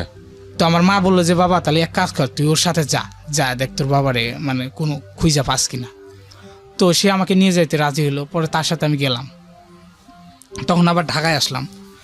তো তার সাথে ঢাকায় আসার পরে সে আমাকে দেখাই দিল আমার বাবার বাসা। আমি যখন হুট করে আমার বাবার সামনে থাকলাম, আমার বাবা তো অবাক যে কী ব্যাপার, হুট করে কোথায় থেকে এইভাবে আসলো। তো আমি বললাম বাবা এমনি এমনি কথা, তুই চলে আসছো, আমাদের এত কষ্ট এমনি এমনি। তো আমার বাবা কিছু বলে না, আচ্ছা ঠিক আছে আইসো, বসো, খাওয়া দাওয়া করো, মানে একটু রেস্ট নাও, অনেকদিন পরে আসছো। মানে পরে খাওয়া দাওয়া করলাম, রেস্ট নেওয়ার পরে দেখি একটু পরে একটা মহিলা আসলো। তো আমি তখনও জানি না যে আমার বাবা বিয়ে করছে। তো আমি বললাম এইটা কি, পরে বলতেছে এটা তোমার আম্মু, আমি এখানে এসে আবার বিয়ে করছি। ওকে। তো আমি যে মানে অনেকটা কষ্টই পেলাম, আসলে এটা আর মাকে জানাইলাম না, যে হয়তো মা আরও কষ্ট পাবে জানানোর পরে। তো ওনার একটা সন্তান ছিল, মানে এখানে বিয়ে করার পরে আরেকটা মেয়ে হয়েছে এই পক্ষে। তো আমার বাবা বলতেছে যে তুমি আসছো এখানেই থাকো, ঠিক আছে আমি বাড়িতে টাকা পয়সা পাঠাবো, তো কিস্তি মিস্তি। তো আমি আসার পরে এই কথা বলার পরে বাবা কিছু টাকা পাঠাই দিল বাড়িতে, যে কিস্তি মিস্তি মানে চলাফেরা অনেক কষ্ট। তো 1,000 হয়তো টাকা পাঠাই দিল। দেওয়ার পরে তো আমাকে বলতেছে তুমি এখানেই থাকো। তো মাও বলতেছে আচ্ছা ঠিক আছে তোর বাবার কাছেই থাক, সমস্যা কি, তোর বাবা টাকা পয়সা পাঠায় বাড়িতে, একটু স্বস্তি হোক, কিস্তি মিস্তিও চালামুনি, আমি দেখি চলবোই একরকম, তুই থাক, তুই ভালো থাকতে পারবি ওই জায়গায়, তোর বাবার কাছেই থাক। তো বাবা এই জায়গায় থাকতাম। তো ওই যে আবার বিয়ে করছে, আমি ওনাকে আন্টি বলে ডাকতাম, মা বলতাম না কখনো। আচ্ছা আচ্ছা। তো ওই আন্টির একটা মেয়ে ছিল ছোট। তো আমি যখন আসলাম তখন আমার বাবা বলতেছে যে তুমি ওর দেখাশোনা করো, তোমার আন্টি চাকরি করে। তখন আমাকে বাসায় রেখে আমি ওই ছেলেটা মানে একটা মা যেভাবে ছেলেটাকে মেয়ে লালন পালন করে, আমি ওই মেয়েটাকে সেইভাবে মানে দেখাশোনা করতাম। উনি চাকরি করতো, ওই আন্টিটা চাকরি করতো, আমার বাবা কাজ করতো ডেলি লেবারে। দেখা যেত বাসায় মানে আমি সারাদিন ওর লালন পালন করতাম, ওরা কাজ করতো। এইভাবে একদিন মানে আন্টি চাকরি ছেড়ে দেয়, মানে আর চাকরি করবে না সে, মানে বলে যে এইভাবে আমি চাকরি করি আর তুমি একটা ছেলে নিয়ে আসছো, এত বড় একটা ছেলে বসায় খাও আর আমার টাকা বাড়িতে পাঠাও, মানে এক ধরনের দ্বন্দ্ব, যে তুমি ওর আমি কাজ করি সেই টাকা বাড়িতে পাঠাই দাও, হ্যান ত্যান, মানে এইটা নিয়ে প্রতিনিয়ত ঝগড়া হইতো আমাকে নিয়ে। আচ্ছা। তো আমি ওখানে থাকি কেন, এমন কিছু, আমাকে চলে যেতে হবে। তো তারপরে উনি চাকরি বাদ দিল, বলে আমি আর চাকরি করবো না। তো আমার বাবা বললো ঠিক আছে তুমি না করলা। পরে আমার বাবা আমাকে তখন একটা কাজে লাগাই দেয়। তো ওই পিঠা বিক্রি করতাম আমি। তো তখন কাজে লাগাই দেয়, আমি পিঠা বিক্রি করি, আমি কিছু টাকা মানে রোজগার করতাম, আমার বাবাই রোজগার করতো, উনি বাসায় বসে বসে খাইতো। তো খাইতো আর দেখা যাইতো যে আমার সাথে প্রতিনিয়ত খারাপ ব্যবহার করতো। আচ্ছা। একটু খারাপ বিহেভ করতো এই ধরনের। তো একদিন হুট করে কিনে যেন কী হয়েছে, আর সে আমারে মানে মারে প্রচুর। আমি তখন একটু তো মোটামুটি ভালোই বড় হয়েছি, তো মারে। তা আমি আবার এইটা নিতে পারতাছি না যে সে আমাকে মারবে কেন এইভাবে, আমি কাজ করি, আমার বাবাই কাজ করে, সে বৈশা বৈশা খাইতেছে, আচ্ছা ঠিক আছে তাতেও সমস্যা নাই, সে আমার সাথে এইভাবে প্রতিনিয়ত খারাপ বিহেভ করে, আবার আজকে আমার মারলো। আমি না নিতে পারে আমি রাগের মারে তাকে একটু মারি। আপনার সৎ মাকে? 2-3টা মানে চর থাপ্পড় দিই আর কি সেদিন। ওকে। তো তারপরে সে এইভাবে, তো বাবা আসলে বাবার সাথে এটা নিয়ে অনেক ঝগড়া হয়। সে দেখা যেত কি আমার আব্বুর সাথে প্রতিনিয়ত ঝগড়া হইতো, বুঝছেন, আমার আব্বুকে সে মারতো ধরে, এমন অবস্থা। মানে দুজন যখন ঝগড়া হইতো আমি থাকতাম না, দেখা যেত বাপে মায়ের ঝগড়া করতে, সেই জায়গায় তো আর থাকা সম্ভব না। দরজা লাগায় দুজন, মানে হুড়াহুড়ি এক ধরনের পাড়াপাড়ি এরকম অবস্থা হইতো ছোট একটা বিষয় নিয়ে। সে অনেক উশৃঙ্খল টাইপের ছিল আর কি একটু। তো আমার বাবার সাথে একদিন কি না যেন ঝগড়া হয়েছে, তো সে হুট করে করছে কি মেয়েটারে, মানে আমি যে প্রতিদিন কাজ করে টাকা জমাইতাম না, সেটা এক জায়গায় রাখতাম। তো একদিন আব্বুর সাথে ঝগড়া হয়ে সেই টাকাটা নিয়ে সে চলে গেছে মেয়েটারে ফালাইয়া। আচ্ছা। ছোট একটা মেয়ে, প্রায় 1 বছর বয়স হবে তখন, মেয়েটাকে ফালাইয়া সে টাকাটা, মানে টাকা নিয়ে চলে গেছে। কোথায় গেছে কোনো খোঁজ নাই। তো বাড়ির সবাই, বাসার সবাই কইতেছে হায় হায়, এত ছোট একটা বাচ্চা এইভাবে কান্নাকাটি করতে, সে গেছে গোটে। সারাদিন আমরা খোঁজাখুঁজি করি, তাকে আর পাই না, কই গেছে আর পাই না। তো পাই না, একদিন পার হয়ে গেল, তাও পাই না।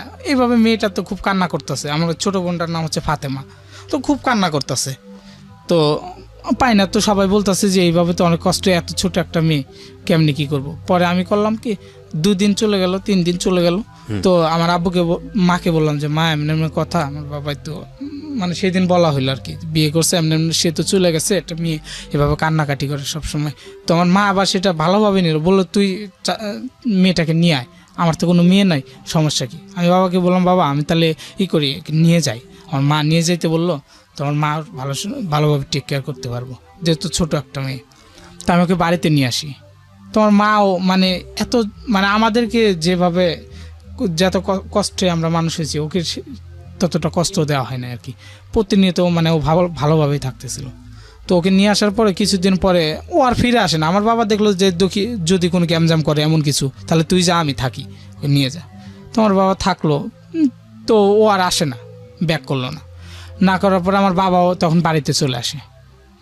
বাড়িতে আসার পরে হইল, আমি ওখান থেকে চলে আসি, আমার বাবাও প্রায় 1 মাস পরে বাড়িতে চলে আসে। আসার পরে আমার বাবা আবার কাজ নেয় একটা, আপনার ভটবটি এগুলো সারত, ওই জায়গায় আবার কাজ নেয়। তো আপনার সঙ্গে দেখা হওয়ার পরে বাবা কিছু বললো না তখন?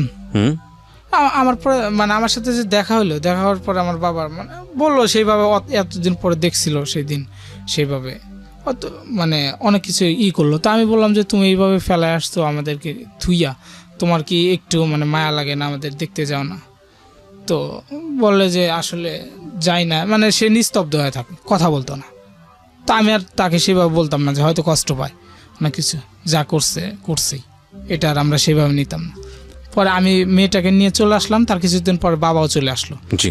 আসার পরে আমার পরে মা বলতেছে দেখো এতদিন যা করছো, এখন আমরা আবার নতুন করে করি, মানে এখন একটু ভালো হবে, যেহেতু একটা ছেলেটা বড়, আমি তখন মোটামুটি ভালোই বড় হয়েছি।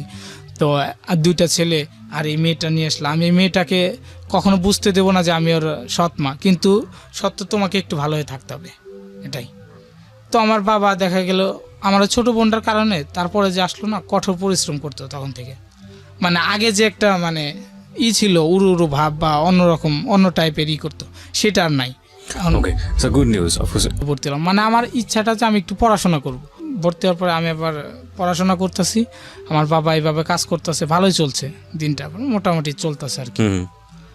পরে দেখা যেত আমার বাবা একদিন বলতেছে যে এইভাবে পরের দিন আর কয়দিন কাজ করব, তাহলে নিজে কিছু করি। তো আমার বাবা ব্যাংকে থেকে প্রায় 65,000 টাকা উঠাইয়া একটা গাড়ি কিনে, অটো ভ্যান, যে এটা নিজের একটা স্বাধীন, মানে নিজের করলে পরে নিজে কাজ করবো, তাদের সংসারও চলবে, ভালো চলবে, অন্যের অধীনে কাজ করা ভালো লাগে না। ওই গাড়িটা বানাইলো প্রায় 65,000 টাকা খরচ কইরা। তো প্রায় 1 মাস চালাইছি, চালানোর পরে গাড়িটা চুরি হয়ে যায়। চুরি হয়ে গেল। মানে এই জায়গায় একটা মানে চক্রান্ত ছিল আর কি।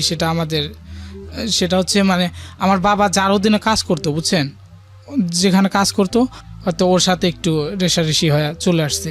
মানে ওরা চাচ্ছিল না যে আর কি ও নিজে কিছু করুক। তো মানে আমাদের নিজের বাড়িতে জায়গা ছিল না গাড়ি রাখার, বুঝছেন, অন্যের বাড়িতে রাখতাম গাড়িটা। তো সেখান থেকে গাড়ি বলতে এটা কিসের গাড়ি ছিল? এটা অটো, মানে যে ব্যাটারি চালিত, যে এখন যে অটো রিক্সা। অটো জি, অটো রিক্সাটা, যেখান থেকে চুরি করার কোনো প্রশ্নই আসে না, সেখান থেকে চুরি হয়ে গেল গাড়িটা। রহস্যজনক। সবাই বলতেছে, মানে সবাই যার বাড়িতে রাখছি আমরা বলতেছি না, সবাই বলতেছে যে আসলে এটা ওরই কাজ, কিন্তু আমরা ডিরেক্টলি ওকে কিছু বলতে পারতেছি না, আর এটা বলা সম্ভব না। তো রহস্যজনকভাবে গাড়িটা চুরি হয়ে গেল। তো তখন এই যে টেনশন, একটা চাপ, প্রায় 65,000 টাকাতে বানাইলো, মাত্র 1 মাসই চালাইতে পারলো না। 1 মাসে চালাইতে পারলো না, এইভাবে গাড়িটা চুরি হয়ে গেল। এটা কি লোনের টাকা ছিল? লোনের টাকা। কত টাকা লোন ছিল? 65,000 টাকা। মানে এই যে টানাটানির অবস্থায় এত ইয়ের পরে, মানে 65,000 টাকা লোন নিয়ে গাড়িটা বানাইলো, যে হয়তো নিজের একটা পুঁজি, এটা দিয়ে চলবে সংসার, সবকিছু হয়তো ভালো চলবে। তো গাড়িটা চুরি হয়ে গেল, এই যে একটা চাপ লোনের। তো আমার বাবা আবার মানে ওর কাছেই কাজে যায়। ওই তো এখন কী করবে, নিরুপায়। আর আমার বাবা নিজে থেকে আর চায় না, বলে যে আমি আর ঢাকায় যাব না, আমি আর কখনোই ঢাকায় যাব না, আমি বাড়িতেই থাকবো। তো আবার ওখানে কাজে যায়, বুঝছেন। কাজে যাওয়ার পরে আবার মানে আমার দেখা যায় যে একটা করে চলতেছে না, অনেক টাকা কিস্তি। তো আমার বাবা আমাদের বাজারে সিকিউরিটি গার্ড হিসেবে আবার নিয়োগ নেয়, মানে রাত্রে ওখানে কাজ করে, আবার দিনে ওই দোকানে কাজ করে। পরে এইভাবে ওই জায়গায় মানে একসাথে 2টা জব করে, যে তাছাড়া তো আর পারতাছে না সংসারটা চালাইতে। দেখা যাইতেছে আমার বাবা কিস্তি চালাইতেছে, আর আমার মা দেখা যাইতেছে অন্যের বাড়ি কাজ কইরা আমাদের খাওয়া খরচ এগুলো করতেছে। তো এইভাবে এক পর্যায়ে প্রায় বেশ কিছুদিন করার পরে আমার ওই বাজারে একদিন চুরি হয়। তো চুরি হওয়ার পরে তাকে তো এসে ধরবো, কারণ সে সিকিউরিটি গার্ড, আর 2জন থাকে। আসলে মানে যে চুরি করছে, বুঝছেন, মানে সে একটু হলেও জানতাছে যে এই কাজটা করছে, কিন্তু বলার কোনো ওয়ে নাই। তখন মানে আব্বু আর নিরুপায় বলতে পারতেছে না যে ও এই কাজটা করছে।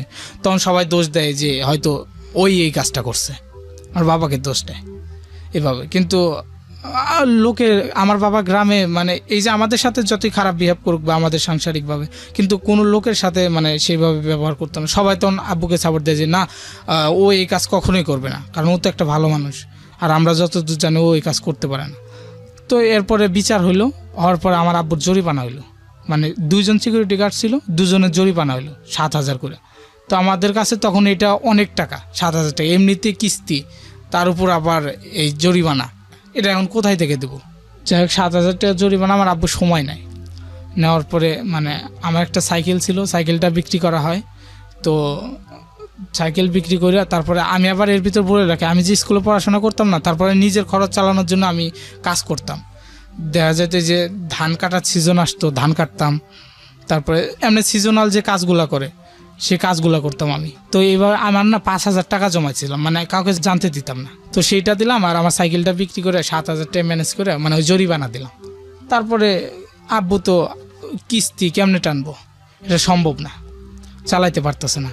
তো তারপরে ওই দোকানে কাজ করতেছে, কাজ করার পর একদিন করছে কি, ওই একটা মেশিন ঠিক করে, বুঝছেন, গাড়ি ঠিক করে বলতেছে ঠিক আছে আমি গাড়িটা দেখি ঠিক হয়েছে কিনা। চালাইতে আসছে, মানে ঠিক হয়েছে কিনা এটা দেখতে আসছে। আসার পরে গাড়িটা অ্যাক্সিডেন্ট হয়ে উল্টা আমার আব্বুর পায়ের উপর পড়ে। পায়ের উপর পড়ার পরে আমার আব্বুর পাটা মানে একদম গরম পানি পুইরা এটুকু একবার হয়ে জায়গা পাটা। তো তারপরে আর কি এমনিতে তো অনেক সমস্যা, তারপরে আবার এত বড় একটা দুর্ঘটনা হয়ে গেল। আমার আব্বুকে হসপিটালে নিয়ে যাওয়া হয় তাড়াতাড়ি করে। তো ওখানে ডাক্তাররা বলে যে এটা পাকাইটা ফালান লাগবো, এমন অবস্থা। তো আমরা আরও হয়ে যায় যে এমনি আমাদের এই অবস্থা, এত টাকা কেমনি কই পাবো।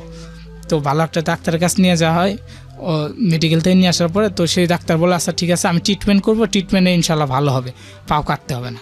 বলে ভালো হবে ঠিক আছে, কিন্তু নর্মালি আর সে এই পা আগের মতো আর সে পাবে না, কোনো কাজ করতে পারবে না। তো আমরা তো তখন আরো হয়ে যায় গেছে কেমনি এটা। তো তখন দেখা যেত কি, মানে আমি একটু বড় হয়েছি এখন, আমার বাবারও এইভাবে ইনজুরি, তো অনেক টাকার কিস্তি। আমার মা তো সেই আমার বাবা থাকা অবস্থায় থেকে অন্যের বাড়ি কাজ করতেছে, কাজ করে আমাদেরকে মানে মানুষ করতেছে, আজ অব্দি করে আসতেছে। আমার মা তো আর লোড নিতে পারতেছে না, আর আমার বাবা সেও তো এখন মানে এত বড় একটা ইনজুরি হয়ে গেল গা, সম্ভব না আর কি কিস্তিটা। তখন বাধ্যতামূলক সামনে আমার এসএসসি এক্সাম এসে যায়, কিন্তু তখন আমি দেখি যে মানে এক্সাম দিতে যাবো, সেখানে তো মানে ফর্ম ফিল আপ করতে হবে, টাকার প্রয়োজন। মানে আমাদের কাছে তখন ছিল কি 10টা টাকা আমাদের কাছে 10 লাখ টাকার সমান। তো আমি পড়াশোনা আর কি এক পর্যায়ে বললাম যে থাক তাহলে পড়াশোনা কেমনি কি করবই না। পরে আমার মা, আমাদের বাড়ির পাশে এক লোক ছিল, ও ঢাকাতে থাকে, তো সেইখানে তো ওর কাছে যায়, যা বলতেছে এরকমের অবস্থা, তো আমার ছেলেটাকে একটু চাকরি বাকরি দাও গার্মেন্টসে। তো আমাকে দেখে দেখে বলে, তখন বলে ছেলেটা তো অনেক ছোট, চাকরি বাকরি হয় কি না। আচ্ছা ঠিক আছে দিস, আমি দেখবো নি, যেহেতু এরকম সমস্যা। তা আমি ওখানে আসি, আসার পরে ওই জায়গায় চাকরি নেই। তো চাকরি নেওয়ার পরে দেখা যাইতেছে আমি বেতন হচ্ছে আমার মাত্র 5300 টাকা। আমি মানে সারা মাসে খুব পরিশ্রম করে তখন আপনার বয়স কত? আমার বয়স তখন কত হবে, 15। ওকে। 15 বছর বয়স। দেখা যেত আমাকে নিবে না, কিন্তু সে একটু উচ্চ পর্যায়ে ছিল, তো মানে শ্রম আইনে তো আর কি নিষেধ আছে নাকি, এমনি বলে যে ছোট বাচ্চাদের দিয়ে কাজ করানো। তারপরে সে আমার উপর সহানুভূতি দেখাইয়া সে নিজের ডকুমেন্টস আর কি নিয়ে নেয়। তো তারপরে আমি ওখানে কাজ করি, 5300 টাকা বেতন, মাসে দেখা যেত 7000 টাকা বেতন পাইতাম এমন কিছু। আচ্ছা। তো তাতে দেখা যেত আমার থাকা খাওয়া ঘর ভাড়া এটা সেটা দিয়ে আমি 3500 টাকা 3000 টাকা এমনি দিতাম, দিয়ে দেওয়া যেত, কাজ হতো না, কিস্তি সারা মাস কিস্তি টানতে হয়।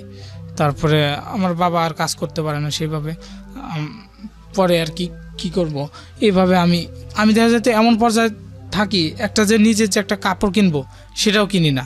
সেটা কিনতে গিয়ে আমি হিসাব করি যে আমি যে এখন 10 টাকা ভাঙবো, এই 10 টাকা বাড়িতে দিলে আমার অনেকটা উপকার হবে, আমার বাবা মা একটু স্বস্তি পাবে এই 10 টাকা বাড়িতে দিলে।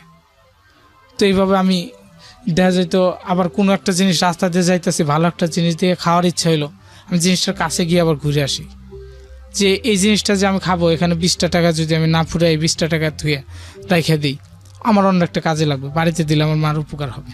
ওকে।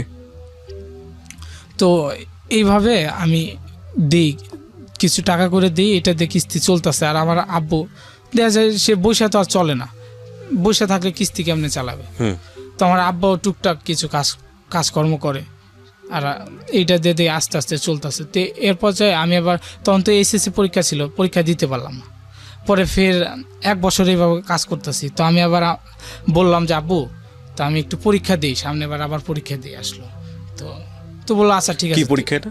এসএসসি পরীক্ষা। হ্যাঁ, মানে এতই এর ভাবে আমার সেইভাবে পড়াশোনা হয় নাই, মানে করা হয় নাই স্কুলে। মানে একটা স্টুডেন্ট যেভাবে প্রতিনিয়ত স্কুলে যায়, যেভাবে পড়াশোনা করার কথা সেভাবে হয় নাই। তারপর আমার ইচ্ছা ছিল যে আমি পড়াশোনা করব। তো বললাম আব্বু আমি পরীক্ষা দেবো আবার। তো বলে তুই তো পড়াশোনাই করিস না, কেমনি দিবি? বলে আমি অমনিই দেবো, পারবো, আমার এতটুকু কনফিডেন্স আছে। তো আমি আবার 1 বছর এইভাবে চাকরি করলাম। চাকরি করার পরে আবার যখন পরীক্ষার সময় আসলো ফর্ম ফিল আপ করলাম। আমি এখান থেকে চাকরি করে টাকা দিয়ে সেটাতে ফর্ম ফিল আপ করলাম। করার পরে আমি চলে গেলাম বাড়িতে, এখানে চাকরিটা বাদ দিলাম। দেখা যায় তো লং টাইম ছুটি, পরীক্ষা দিতে গেলে প্রায় 1 মাস 1.5 মাস লাগবে, এত টাইম তো ছুটি দেবে না অফিসে। পরে আমি চলে গেলাম, চাকরিটা বাদ দিয়ে বাড়িতে যা পরীক্ষা দিলাম। পরীক্ষা দেওয়ার পরে আমি ওখানে মানে চাকরিতে এখানে ছাইড়া গেলাম, বাড়িতে থাকতেছি কিছুদিন। তো থাকার পরে তখন দেখতেছি আস্তে আস্তে মানে সবাই আমার সাথে একটু মানে খারাপ বিহেভ করতেছে।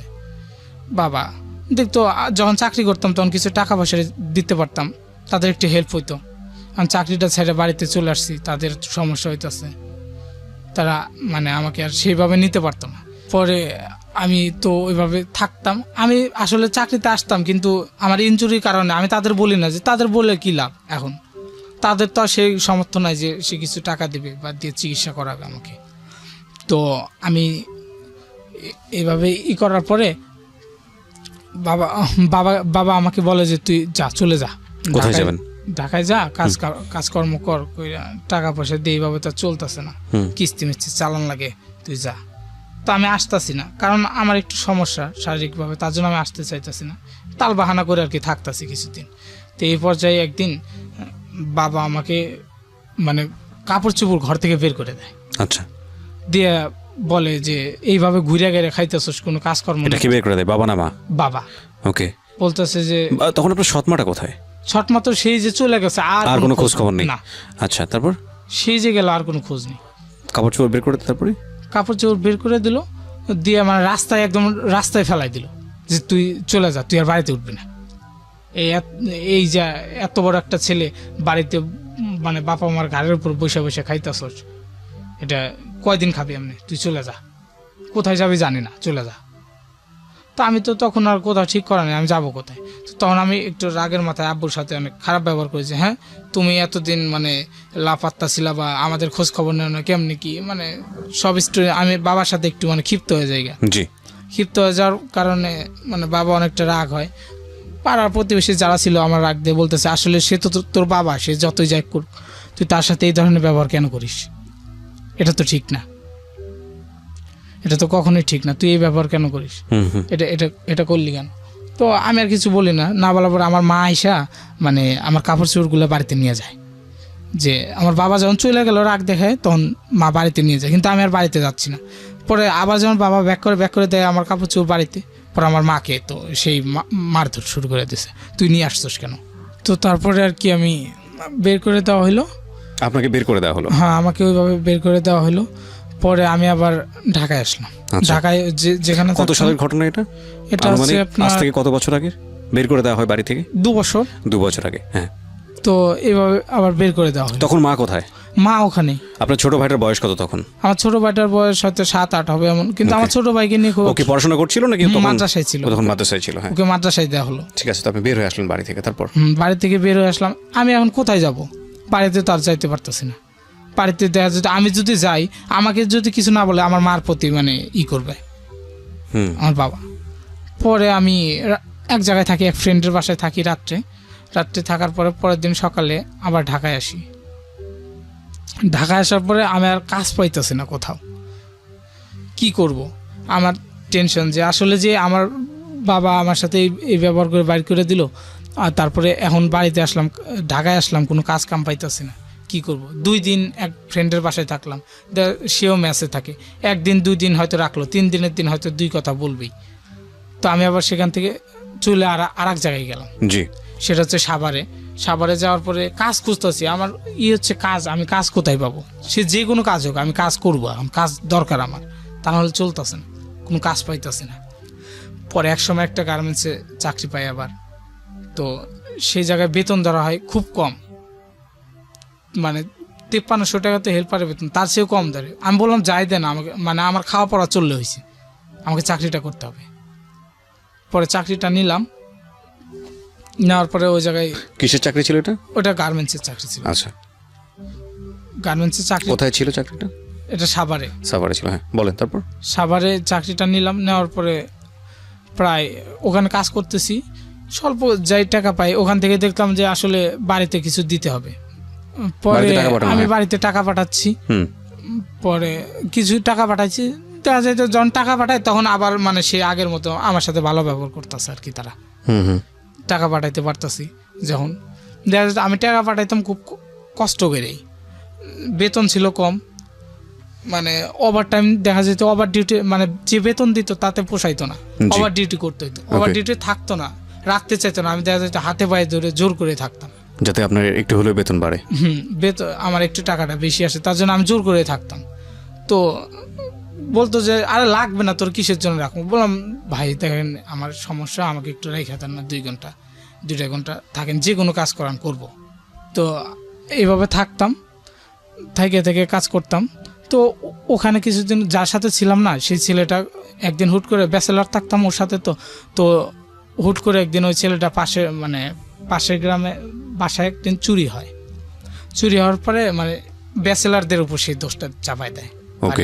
ওকে, যে ব্যাচেলার ছেলেরা এই কাজগুলো করছে।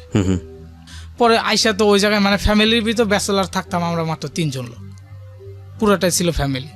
পরে বলতেছে যে ওরা তো ওই ছেলেরা ছাড়া এই কাজ কেউ করতে পারে না, ওরাই করছে। কিন্তু আজও কিন্তু আমরা জানতাম না ওই কাজ মানে কে করছে। আমাদের 3 জনকে মানে অফিস থেকে ডাইকে নিয়ে আসা হয়, মানে যে যেখানে চাকরি করে সেখান থেকে ডাইকে নিয়ে আসা হয়, মানে হয়তো আমরা জানতাম না যে বাসায় এই ঘটনা ঘটছে। পরে ডাইকে নিয়ে আসা হয়, ডাইকে নিয়ে আসার পরে আমাদেরকে মানে কোনো কথা নাই, হুট করে একটা রুমের ভিতর উঠে আটকায় বলতেছে যে তোরা এই কাজ করছস, কি করছস, তা আমরা কিছুই জানি। কত টাকার জিনিস ছিল ওটা? ওই জায়গায় অনেক টাকারই জিনিস, টিভি ছিল, মানে বাসা চুরি আছে, তাই তো? গয়নাটা নেয়, হাবি যাবে, এত কিছু নাকি চুরি হয়েছে। তারপরে আমাদের এইভাবে পুলিশ ডাকানোর কথা, হ্যাঁ, পুলিশ টুলিশ ডাকবে এমন কথা, হুমকি দেবে। আমার তো তখন অন্য চিন্তা যে আল্লাহ আমার যদি এখন পুলিশে দেয় আমার কে ছাড়াবে, আমার কি অবস্থা হবে। রাইট। আমার তো মানে এমনিতেই মানে এই অবস্থা, আর আমার বাবা তো আসবে না ওখান থেকে, আর আমার বাবা এসে কিভাবে স্যার মানে অন্যরকম। আমি তো সেই কান্নাকাটি শুরু করে দিলাম, কেমনি কি আসলে তো এই কাজ আমি করি নাই। মানে আমার সাথে যে দুইটা ছেলে ছিল ওরা একটু উশৃঙ্খল টাইপেরই ছিল, মানে নেশা টেশা করতে এমন কিছু, বাট আমি কখনো করতাম না ওদের সাথে। জি। তার জন্য মানে গ্রামের ওই যে এলাকা মহল্লায় থাকতাম ওরা একটু সুদৃষ্টিতে দেখতো যে মানে এই ছেলেটা, তারপরে তখন সেই পর্যায়ে তো আর কেউ কথা বলে না। তখন মানে তারা মানে ওদের দিক থেকে দেখতেছে যে এরা এই কাজই করছে, এদেরকে পুলিশে দেওয়া লাগবো, নাহলে বাইর কর, কই রাখছস বাইর কর। পরে আমরা তো সেই কাকত মিনতি এটা সেটা করতেছি, কিছুতে তারা মানতেছে না। পরে এক পর্যায়ে দেখা গেল যে পুলিশ ডাকা হইলো, সাভার থানার পুলিশ ডাকা হইলো। পুলিশ ডাইকা তো বলতেছে যে একটা মামলা, বলতেছে যে এত লাখ টাকার মানে আরো বেশি করে বানাইছে না, মানে যেভাবে কেস দেওয়া লাগে কোনো কথাই বলতে পারতেছে না, শুধু অজরের চোখ দিয়ে পানি জড়তেছে। আর আমার টেনশন একটাই যে আল্লাহ এই খবর ছিল আমার বাড়িতে যে আমার মা তো মারা যাবে, যে ছেলে ঢাকাতে না জানি কি করছে এইভাবে থানায়, আমার মা তো মারা যাবে। আমি শুধু কান্না করতেছি। পরে নিয়ে গেল থানায়, নিয়ে যাওয়ার পরে রাখলো ওখানে। জি। তো আমাদের তিনজনকে যে তো সাভার থানাতে যখন নিল রিমান্ডে নিব এমন কিছু, তখন তো আমি বলতেছি যে আসলে দেখেন আমি কিন্তু এগুলোর কিছুই জানি না। বলতেছে যে তুই জানাস না তো সেটা ঠিক আছে, আগে 2-4 বাড়ি দেই তারপরে ঠিকই হইব নি। এটা নিছে তিনজন মিলা। পরে এইভাবে বলার পরে নিয়ে গেল একজন, নিয়ে যায় মানে আলাদা হয়তো ওর কাছ থেকে কিছু কথা বের করবে এমন কিছু, নিয়ে যে তো মারধর করলো, সেইভাবে প্রচুর মারধর করছে। করার পরে ওর কাছ থেকে কোনো কথা বের হয় না। মার দিছে প্রচুর, আপনি বুঝলেন কিভাবে? মানে ও কোন কথা বলে নাই, কিন্তু মার যে প্রচুর দিয়েছে এটা আপনি বুঝলেন কিভাবে? মানে ওকে যে মারলো, মারার পরে আবার নিয়ে আসছে, তখন বলতেছিল হ্যাঁ ওকে, বলতেছে যে আয় আর একটা নিয়ে আয়। পরে আবার আরেকজন রে নিয়ে গেল, নিয়ে যাওয়ার পরে ওরেও মানে প্রচুর মারধর শুরু করলো। মানে মানে একই কথা যে আসলে আমরা জানি না, নেই নাই। করার পরে লাস্ট পর্যায়ে ওদেরকে প্রচুর মারধর করলো। করার পরে এখন ওই পরে যেটা নিল ও লাস্ট পর্যায়ে যখন অসহ্য তখন বলতেছে আসলে এই কাজটা আমি করছি, ও বলে দিয়েছে, বলে দিয়েছে। কিন্তু আসলে এটা যে ওরা করছে আমি কিছুই জানতাম। আচ্ছা, তারপর? আমি কিছুই জানি না।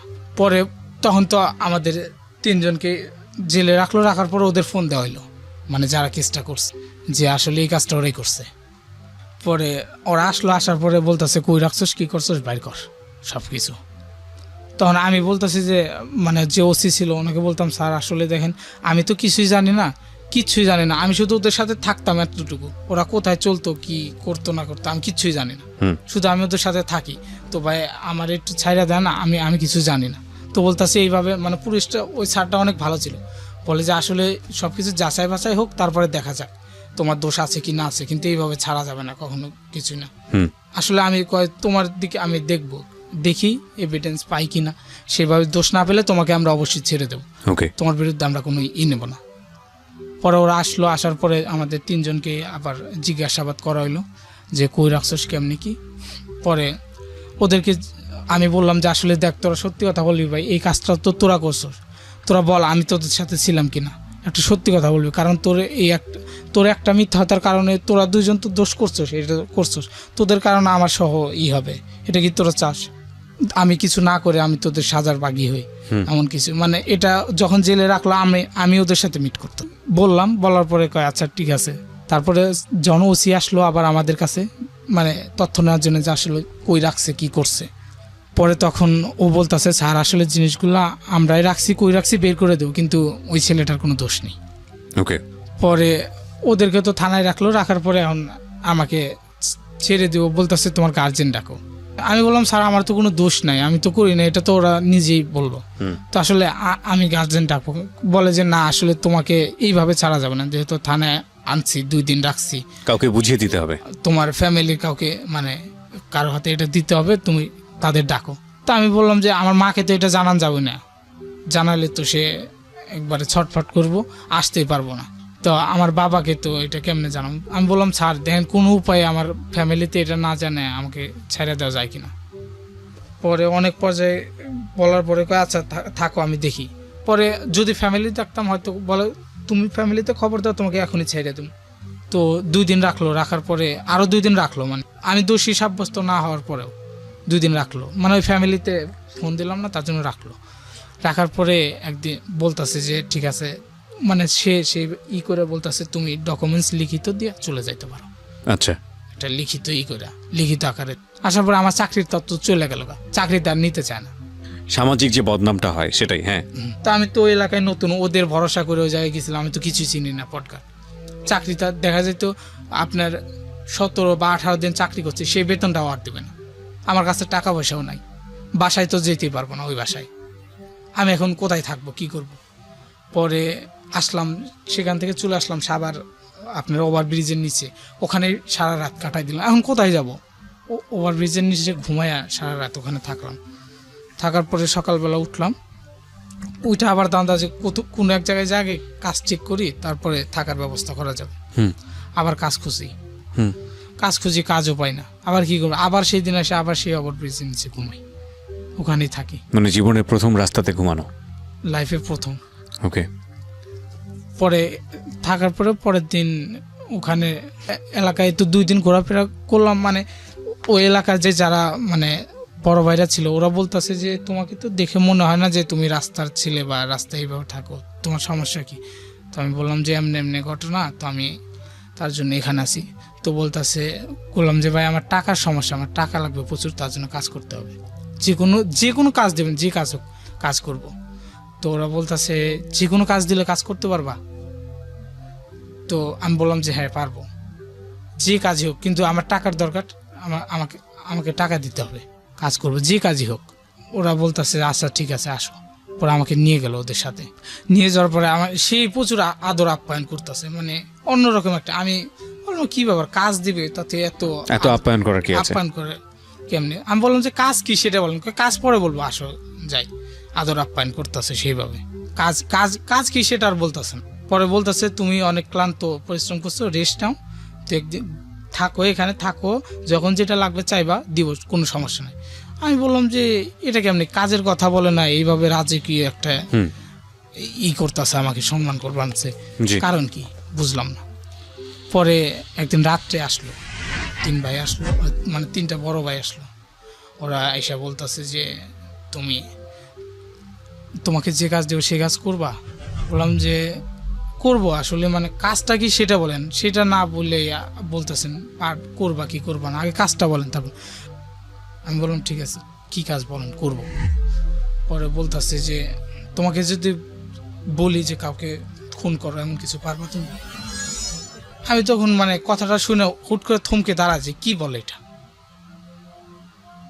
এটা আমি মানে বললাম যে আমার দ্বারা এটা সম্ভব না, আমি চলে যাব, আমাকে আর আসতে দেন। বলে কোথায় যাবো তুমি তো এখান থেকে যেতেই পারবা না। আমি বললাম যে আজব কথা, আপনারা আমাকে কাজের কথা বলে নিয়ে আসছেন, কাজ এই ধরনের কাজ আমার দ্বারা সম্ভব না, আমি চলে যাব। পরে বলতেছে যে আসছো তোমার ইচ্ছা, কিন্তু যাইতে পারো। আচ্ছা, যেতে হলে আমার ইচ্ছায় যেতে হবে, আমরা যদি ছাড়ি তাহলে যেতে হবে, যদি কাজ না করো তাহলে তোমার এই জায়গায় মেরে ফেলবো, এমন কিছু।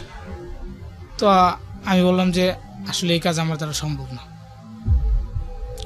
পরে ওরা বলে যে আচ্ছা ঠিক আছে তুমি সাথে থাকবা, অন্য একটা ছেলে তোমাকে থাকতেই হবে, তোমাকে ছাড়া যাবে না, যেহেতু এই কথা তুমি যাই না গেছো আর তোমার কাছে ফোকাস করছো, তোমার যদি এখন ছাইড়ে দিই, তুমি রাস্তায় যে একজনের কাছে বলবো না যে তার কোনো তোমাকে ছাড়া যাবে না। পরে আমাকে নিয়ে এক পর্যায়ে করলো। আমি লাইফে কখনো গান দেখি নাই, কিন্তু সেদিন ফার্স্ট টাইম ওদের কাছে যায় দেখি যে মানে রাত্রি প্রায় 10টা বাজে, সেদিন এত কিছু করে আমার রুমে আটকায় রাখার পরে প্রায় রাত 12টা এরকম বাজে সাম। পরে ওরা আসলো 4-5 জন, আসার পরে পিছনে ব্যাগ ছিল, ব্যাগটা নিয়ে আসলো, আমি আসার রুমে তালা খুললো। আমি ওদের দেখে বললাম যে ভাই আসলে আমি চলে যাবো ভাই, এমনি থাকতে পারবো না। আর পরে বললো তুমি না একটু আগে বললা থাকতে হবে নাহলে মেরে ফেলবো, মানে একজন হুমকি দিল আমার। তো বলে আচ্ছা ঠিক আছে পারবো। পরে ওরা ব্যাগগুলো খুলে গান বাইর করলো। আমি লাইফে প্রথম তখন ওদের কাছে গান দেখলাম, পিস্তল দেখলাম, আমি জীবনও কখনো ওসব দেখি নাই। পরে 4-5টা বার গেল কইরা আমারে বলে যে এটা চিনো? বললাম যে চিনি তো, এমনি পিস্তল পুলিশের কাছে দেখছি, বন্দুক। তো বলে এটা চালাইতে পারো? বললাম না আমি তো এটা কখনো ধরি নাই, আর আমি এটা ধরবারও চাই না। পরে কয় তুমি ধরো, না ধরলে তাহলে আমরা তোমার এখন মেরে ফেলাম, এটা তোমার চালাতে হবে। ওকে। তো আমাকে ওটা ধরতে পারি, আমি আর ধরতে পারি না, আমার হাত কাঁপতেছে, আমি এটা কেমনি ধরবো, মানে ধরতে বলে আমি ওটা ধরবো কিন্তু হাত কাঁপতেছে, আমার মনের যে একটা সাহস সেটা নাই। তারপরে এক পর্যায়ে মানে ওটা আমার হাতে দিয়ে কেমনি চালাইতে হয় সেটা বলে, মানে শিখাই দিতে চায় আর কি, যে এটা এইভাবে চালাতে হয়। তো আমাকে ওটা শেখানোর পরে বলে যে তুমি চলো যাইতে হবে। বললাম যে ভাই আমি যাইতে পারবো না। বলে তুমি এটা চালাবা না চালাও, আমাদের সাথে যেতে হবে। ওকে, তারপরে আমাকে সাথে নিয়ে গেল। নিয়ে যাওয়ার পরে মানে আমি তো এলাকায় নতুন, মানে কোথায় যাচ্ছে বা কি করবে সেটা জানছি না, কিন্তু আমাকে যে নিয়ে গেল ওদের সাথে, মানে কাজ দেবের কথাগুলো এত এখান থেকেই ওদের সাথে পরিচয়, এর বাইরে কিছু জানি না। আরও এলাকায় তো আমি সেইভাবে চিনি না কোথায় যায়। পরে প্রোগ্রাম করলো যে যাবে, মানে ওই জায়গায় একটা মানে সেই কোটিপতি বড় লোক, কি যেন নাম বললো, নামটা সরি খেয়াল নাই। তো তার বাড়িতে যাবে সেদিন। তো মানে তার মূল উদ্দেশ্য হলো তাকে করবে আর কি, মেরে ফেলবে এমন কিছু। ওকে, মানে হয়তো মানে তার উপরে যে লোক তারা তাকে, মানে পুরো বিষয়টা আপনি ইনফর্ম না, কিন্তু আপনি যাচ্ছেন ওদের সঙ্গে আর কি। হ্যাঁ যাচ্ছে, আমাকে বাধ্যতামূলক যেতে হচ্ছে। তো যাওয়ার পরে এক পর্যায়ে মানে কেমনে যাব, ওই বাইরের ফ্ল্যাট তো প্রায় 5 তলা না 6 তলা, তো ফ্ল্যাটটাও ওইটা পাইপ বাইয়া, মানে বাইরের সাইডে যে পাইপগুলা থাকে ওই যে আপনার টয়লেটের, ওগুলা পায়া উপরে উঠতেছে। তাছাড়া তো সিকিউরিটি থাকে, ভিতরে যাওয়ার কোনো সুযোগ নাই। তো ওগুলো পায়া উপরে উঠছে, 2 তলা 3 তলার উপরে উঠছে। ওইটা জানালার পাশে যে একটু স্পেস থাকে না, এই যে করা আউটসাইডটা, তো ওই স্পেসে দাঁড়াইছে 3 জন। পরে আমি উঠতেছি, তো উঠার অবস্থায় আমি অর্ধেকখানে ওইটা হুট করে পড়ে যাই, আমি আর উঠতে পারি, মানে আমার যে একটা মনোবল যে আমি উঠতে সেটা নাই, হাত কাঁপতে কাঁপতে পড়ে যায়। জি, আমি ওখানে পড়ে গেলাম। যাওয়ার পরে আমি আর উঠতে পারতেছি না, ওরা তো উঠছে, ওরা তো ভাবছে যে হয়তো এখন লোক জানা জানলে সমস্যা, এইভাবে কেমনি। পরে আমি আর উঠি না, ওরা তো আর উপর থেকে বলতে পারতেছে না উঠ, বা কথা বলার তো কোনো নাই ওই জায়গায়। পরে আমি নিচে ওই জায়গায় করে, ওরা উপরে ওঠার পরে হয়তো কি না কি দেখে, মানে ভাবভঙ্গিতে হয়তো বোঝে যে আজকে কিছু করা যাবে না। পরে ওরা নেমে আসার পরে আমাকে নিয়ে যায় আবার রুমের সাথে। আমি মানে চিন্তা করছিলাম যে আমি পালাই যাব এখান থেকে, কিন্তু সম্ভব মানে নিচে আরেকজন ছিল আমার সাথে, যে আমি উঠলে তারপরে সে যাবে। পরে আবার ওরা নেমে এসে আমাকে সাথে নিয়ে যায়, বাসায় নিয়ে যায় মারধর করে, কয় যে তুই আসলে নিজের ইচ্ছে এগুলো করবা চাস না, তোর এখন শেষ করে দেবো, মাইরে ফেলাম এমন কিছু। ওকে, তো আমি বলি আচ্ছা ঠিক আছে, আসলে আমি ইচ্ছা করে এটা করি না, আসলে আমরা মাইরেন না ভাই, আমি যাব, এরপরে যে কাজ করবেন আমি আপনাদের সাথে যাব আর কি। তো বললাম যে আচ্ছা ঠিক আছে, আমাকে টাকা দিতে হবে আগে। কত টাকা দিতে হবে কিছু, আমি আগে বাড়িতে টাকা পাঠাবো কিছু, তারপরে আমি আপনাদের সাথে যে কোনো কাজ করতে রাজি আছি। তো বলার পরে বলে যে না, আগে কাজ করবি তারপরে টাকা দেবো, নিয়ে আস। পরে ওইটা তো ফেল হলো, ওই জায়গায় আর গেল না। ওই যে প্রোগ্রাম, ওই জায়গায় যেইগুলো ওই দিন ফেল আসার পরে হয়তো একটু জানাজানি পাইছে, ওরা আকার ইঙ্গিত পাইছে যে কেউ আসছিল আর কি করার জন্য, সেটা নিয়ে হয়তো মানে ওরা তদন্ত করে তারপরে বলে যে এখন তো জানাজানি হয়েছে, এখন আর কিছু করা যাবে না। পরে ওরা আবার ড্রাগসের ব্যবসা করতো, যাদের সাথে গেছিলাম ওরা মানে ওই সাভারে ড্রাগসের ব্যবসা করতো। ওদের ইয়াবা মানে যত রকমের আছে, হিরোইন, নেশা জাতীয় যত দ্রব্য আছে সব ওরাই করতো। তো আমাকে বলতেছে তাহলে তুই ওই যে ওগুলা জায়গায় জায়গায় সেল দিতে হয়, জি, বলে যে তুই এগুলো দিবি। তো আমি বললাম যে এইগুলা দেব থানায়, যদি পুলিশ। কিন্তু এই ঘটনা তো পরের ঘটনা, তার আগে আপনি আমাকে একটু বলেন ওই লোকটা কি করলেন, যারা আপনারা যে অপারেশনটাতে গিয়েছিলেন ওনাকে মেরে ফেলার কথা, ওই লোকটাকে কি করলেন আপনারা? ওখান থেকে তো মানে ফেল হয়ে চলে আসা হইলো, মানে লোকটাকে পাওয়া যায়নি? না, পাওয়া যায় না। তারপরে যে একটু আমি পড়ে গেলাম বা শব্দ টব্দ এইটা, আপনার কারণে ওরা ফেল করছে, মূলত বিষয়টা হচ্ছে এটা। হ্যাঁ, এটাই আমি পরিষ্কার করতে চাচ্ছিলাম। তারপরে আমার কারণে ফেল হয়েছে, যার কারণে আর মানে তারা করতেছে, ওখান থেকে চলে আসার পরে আমার প্রতি একটা যে আমার মাইরা ফেলাবো, তুই আসলে ইচ্ছা করে এটা করছো, যদি আমরা ধরা পড়তাম এমন কিছু। তো ওইটা একটু গরম হয়ে থাকে, তাই গিয়ে ওটা স্থগিত, মানে আপনাকে দিয়ে এখন মাদকের করতে যাচ্ছে। হ্যাঁ, তারপর পরে ওরা আমাকে বললো যে এগুলো তোমাকে সেল দিতে হবে জায়গায় জায়গায়। তো আমি বললাম যে আসলে এটা যদি আমি করতে বলতেছেন, আমি এটা কখনো করব না। বলে যে এটা করবা না, করলে মেরে ফেলাবো, তোমাকে করতেই হবে। আমি দেখলাম যে আসলে না করে তেমন উপায় নেই। আমি ভাবলাম যে আসলে কোনো প্রকারে এটা ছেল দিবার যে অগ কাছ থেকে খালি একটু সাইড হলে আমি চলে যাবো, আমার যাতে আর খুঁজে না পাই, জি, পালাই যাবো এখান থেকে। তো প্রথম দিন আমার একটা দিল যে ওখান থেকে মানে আমাকে যেতে হবে সেই মিরপুরে। মিরপুরে মানে এক পরে আমি বললাম তো এটা এখন তো আমার এখান থেকে যাওয়ার কোনো উপায় না। আমি বললাম যে ভাই একটু মানে সমস্যা, একটু বাথরুমে যেতে হবে, তার জন্য একটু কোনো সামনে দিয়ে কোথাও স্পেস পাই কি না, তার জন্য আর কি এদিকে যাচ্ছিলাম। তো ওখান থেকে আর কি করে পরে আবার ওখান থেকে করে ওরা ও আমার সাথে আসে, বলে আয় যায়। তখন সাথে আসলো, আসার পরে যেখানে আসবো ওখানে আসার পরে মিরপুরে আসলাম। আসার পরে মানে যার কাছে ওই জিনিসগুলো দিব সে বলতেছে যে আজকে সম্ভব না, এটা আর কি কোনো প্রকারে একটি পুলিশে মানে ইনফর্ম হয়েছে আর কি, জানিয়েছে এমন কিছু, বলে আজকে সম্ভব না, তোমরা চলে যাও গা। পরে ওখান থেকে আমাকে নিয়ে আসে, নিয়ে আসার পরে বলে মানে ওদের কাছে বলে যে ও আসলে পালানোর চেষ্টা করছিল হয়তো এইভাবে। তো আমি তখন আমাকে ওই জায়গায় ওর কাছে রাখার পরে আবার বলে যে আচ্ছা ঠিক আছে, এটা যখন হইল না তখন আর এক জায়গায় পাঠিয়ে দিব। ওই জায়গায় মানে করার জন্য কিছু বা ট্যাবলেট এগুলা মানে ওদের সাথে নিয়ে যাবো, টিকনাপ থেকে ওগুলো নিয়ে আসবে। মানে ওরা তো ডিলার, নিয়ে এসে তারপরে সারা ডিস্ট্রিক্টে সেল দিব। পরে নিয়ে যায়, আমাকে সাথে করে নিয়ে যায়, নিয়ে যাওয়ার পরে ওখানে থাকি, মানে জাহাজটা আসতে আর কি দেরি হবে 1 দিন বা 2 দিন এমন কিছু। তো আমরা ওখানে একটা হোটেল নেই আবাসিক, ওখানে অবস্থান করা লাগে।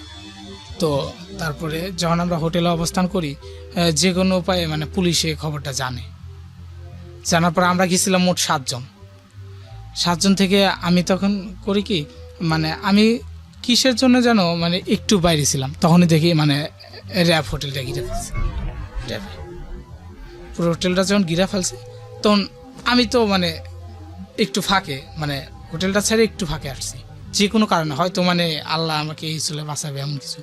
ফিরে আসছে, আসার পরে ওদেরকে ঘুরে ফেলাইছে, ফালানোর পরে ওরা তো আটকা। পরে আমি ওইটা দেখে ওখান থেকে আস্তে করে সাইড কেটে চলে আসছি, ওখান থেকে পালাই আসছি, মানে ওদেরকে আটক করে ফেলাইছে।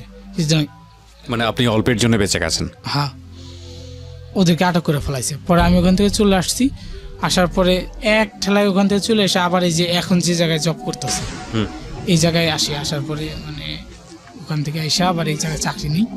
মানে ওইটা মানে আমি ভাবি যে ওইটা আমার কাছে কিছু নেই, ওইটা আমি ভুলে যাবো এমন কিছু। এখানে এসে আবার চাকরি নিই, চাকরি নিয়ে এই যে আবার তো ইনশাল্লাহ চাকরি করতেছি এখন।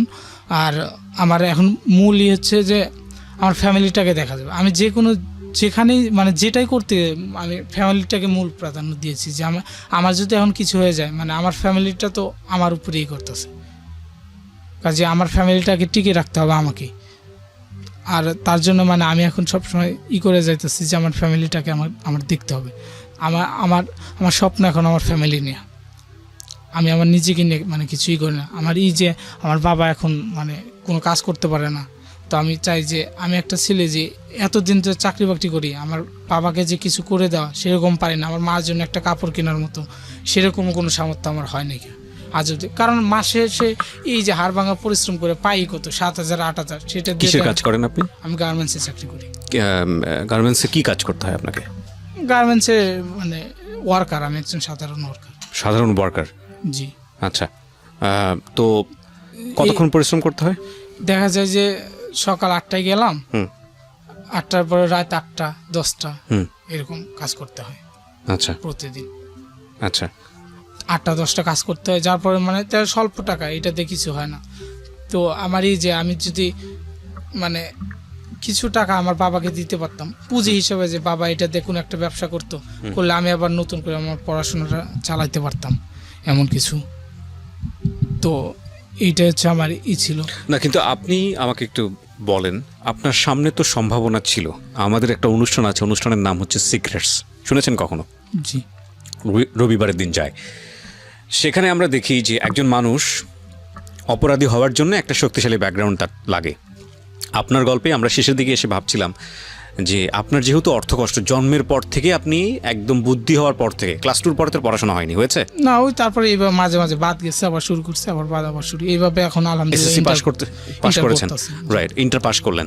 তো এই যে এত কষ্ট করেছেন, খাবার পেয়েছেন, পান নাই, বাবা মায়ের কষ্ট, বাবা একরকম পঙ্গু হয়ে বাসার মধ্যে পড়ে আছে, মাকে দেখেছেন ঈদের দিন কান্নাকাটি করতে, সম্ভাবনা তো আপনার সামনে এসেছিল। আপনি যদি সেই ড্রাগ ডিলার হতেন কিংবা আপনি যদি মানুষকে খুন করতেন, তাহলে হয়তো রাতারাতি বড়লোক হয়ে যাওয়ার মতো পয়সা ইনকাম করতে পারতেন। জি, তারপরেও আপনি করেননি।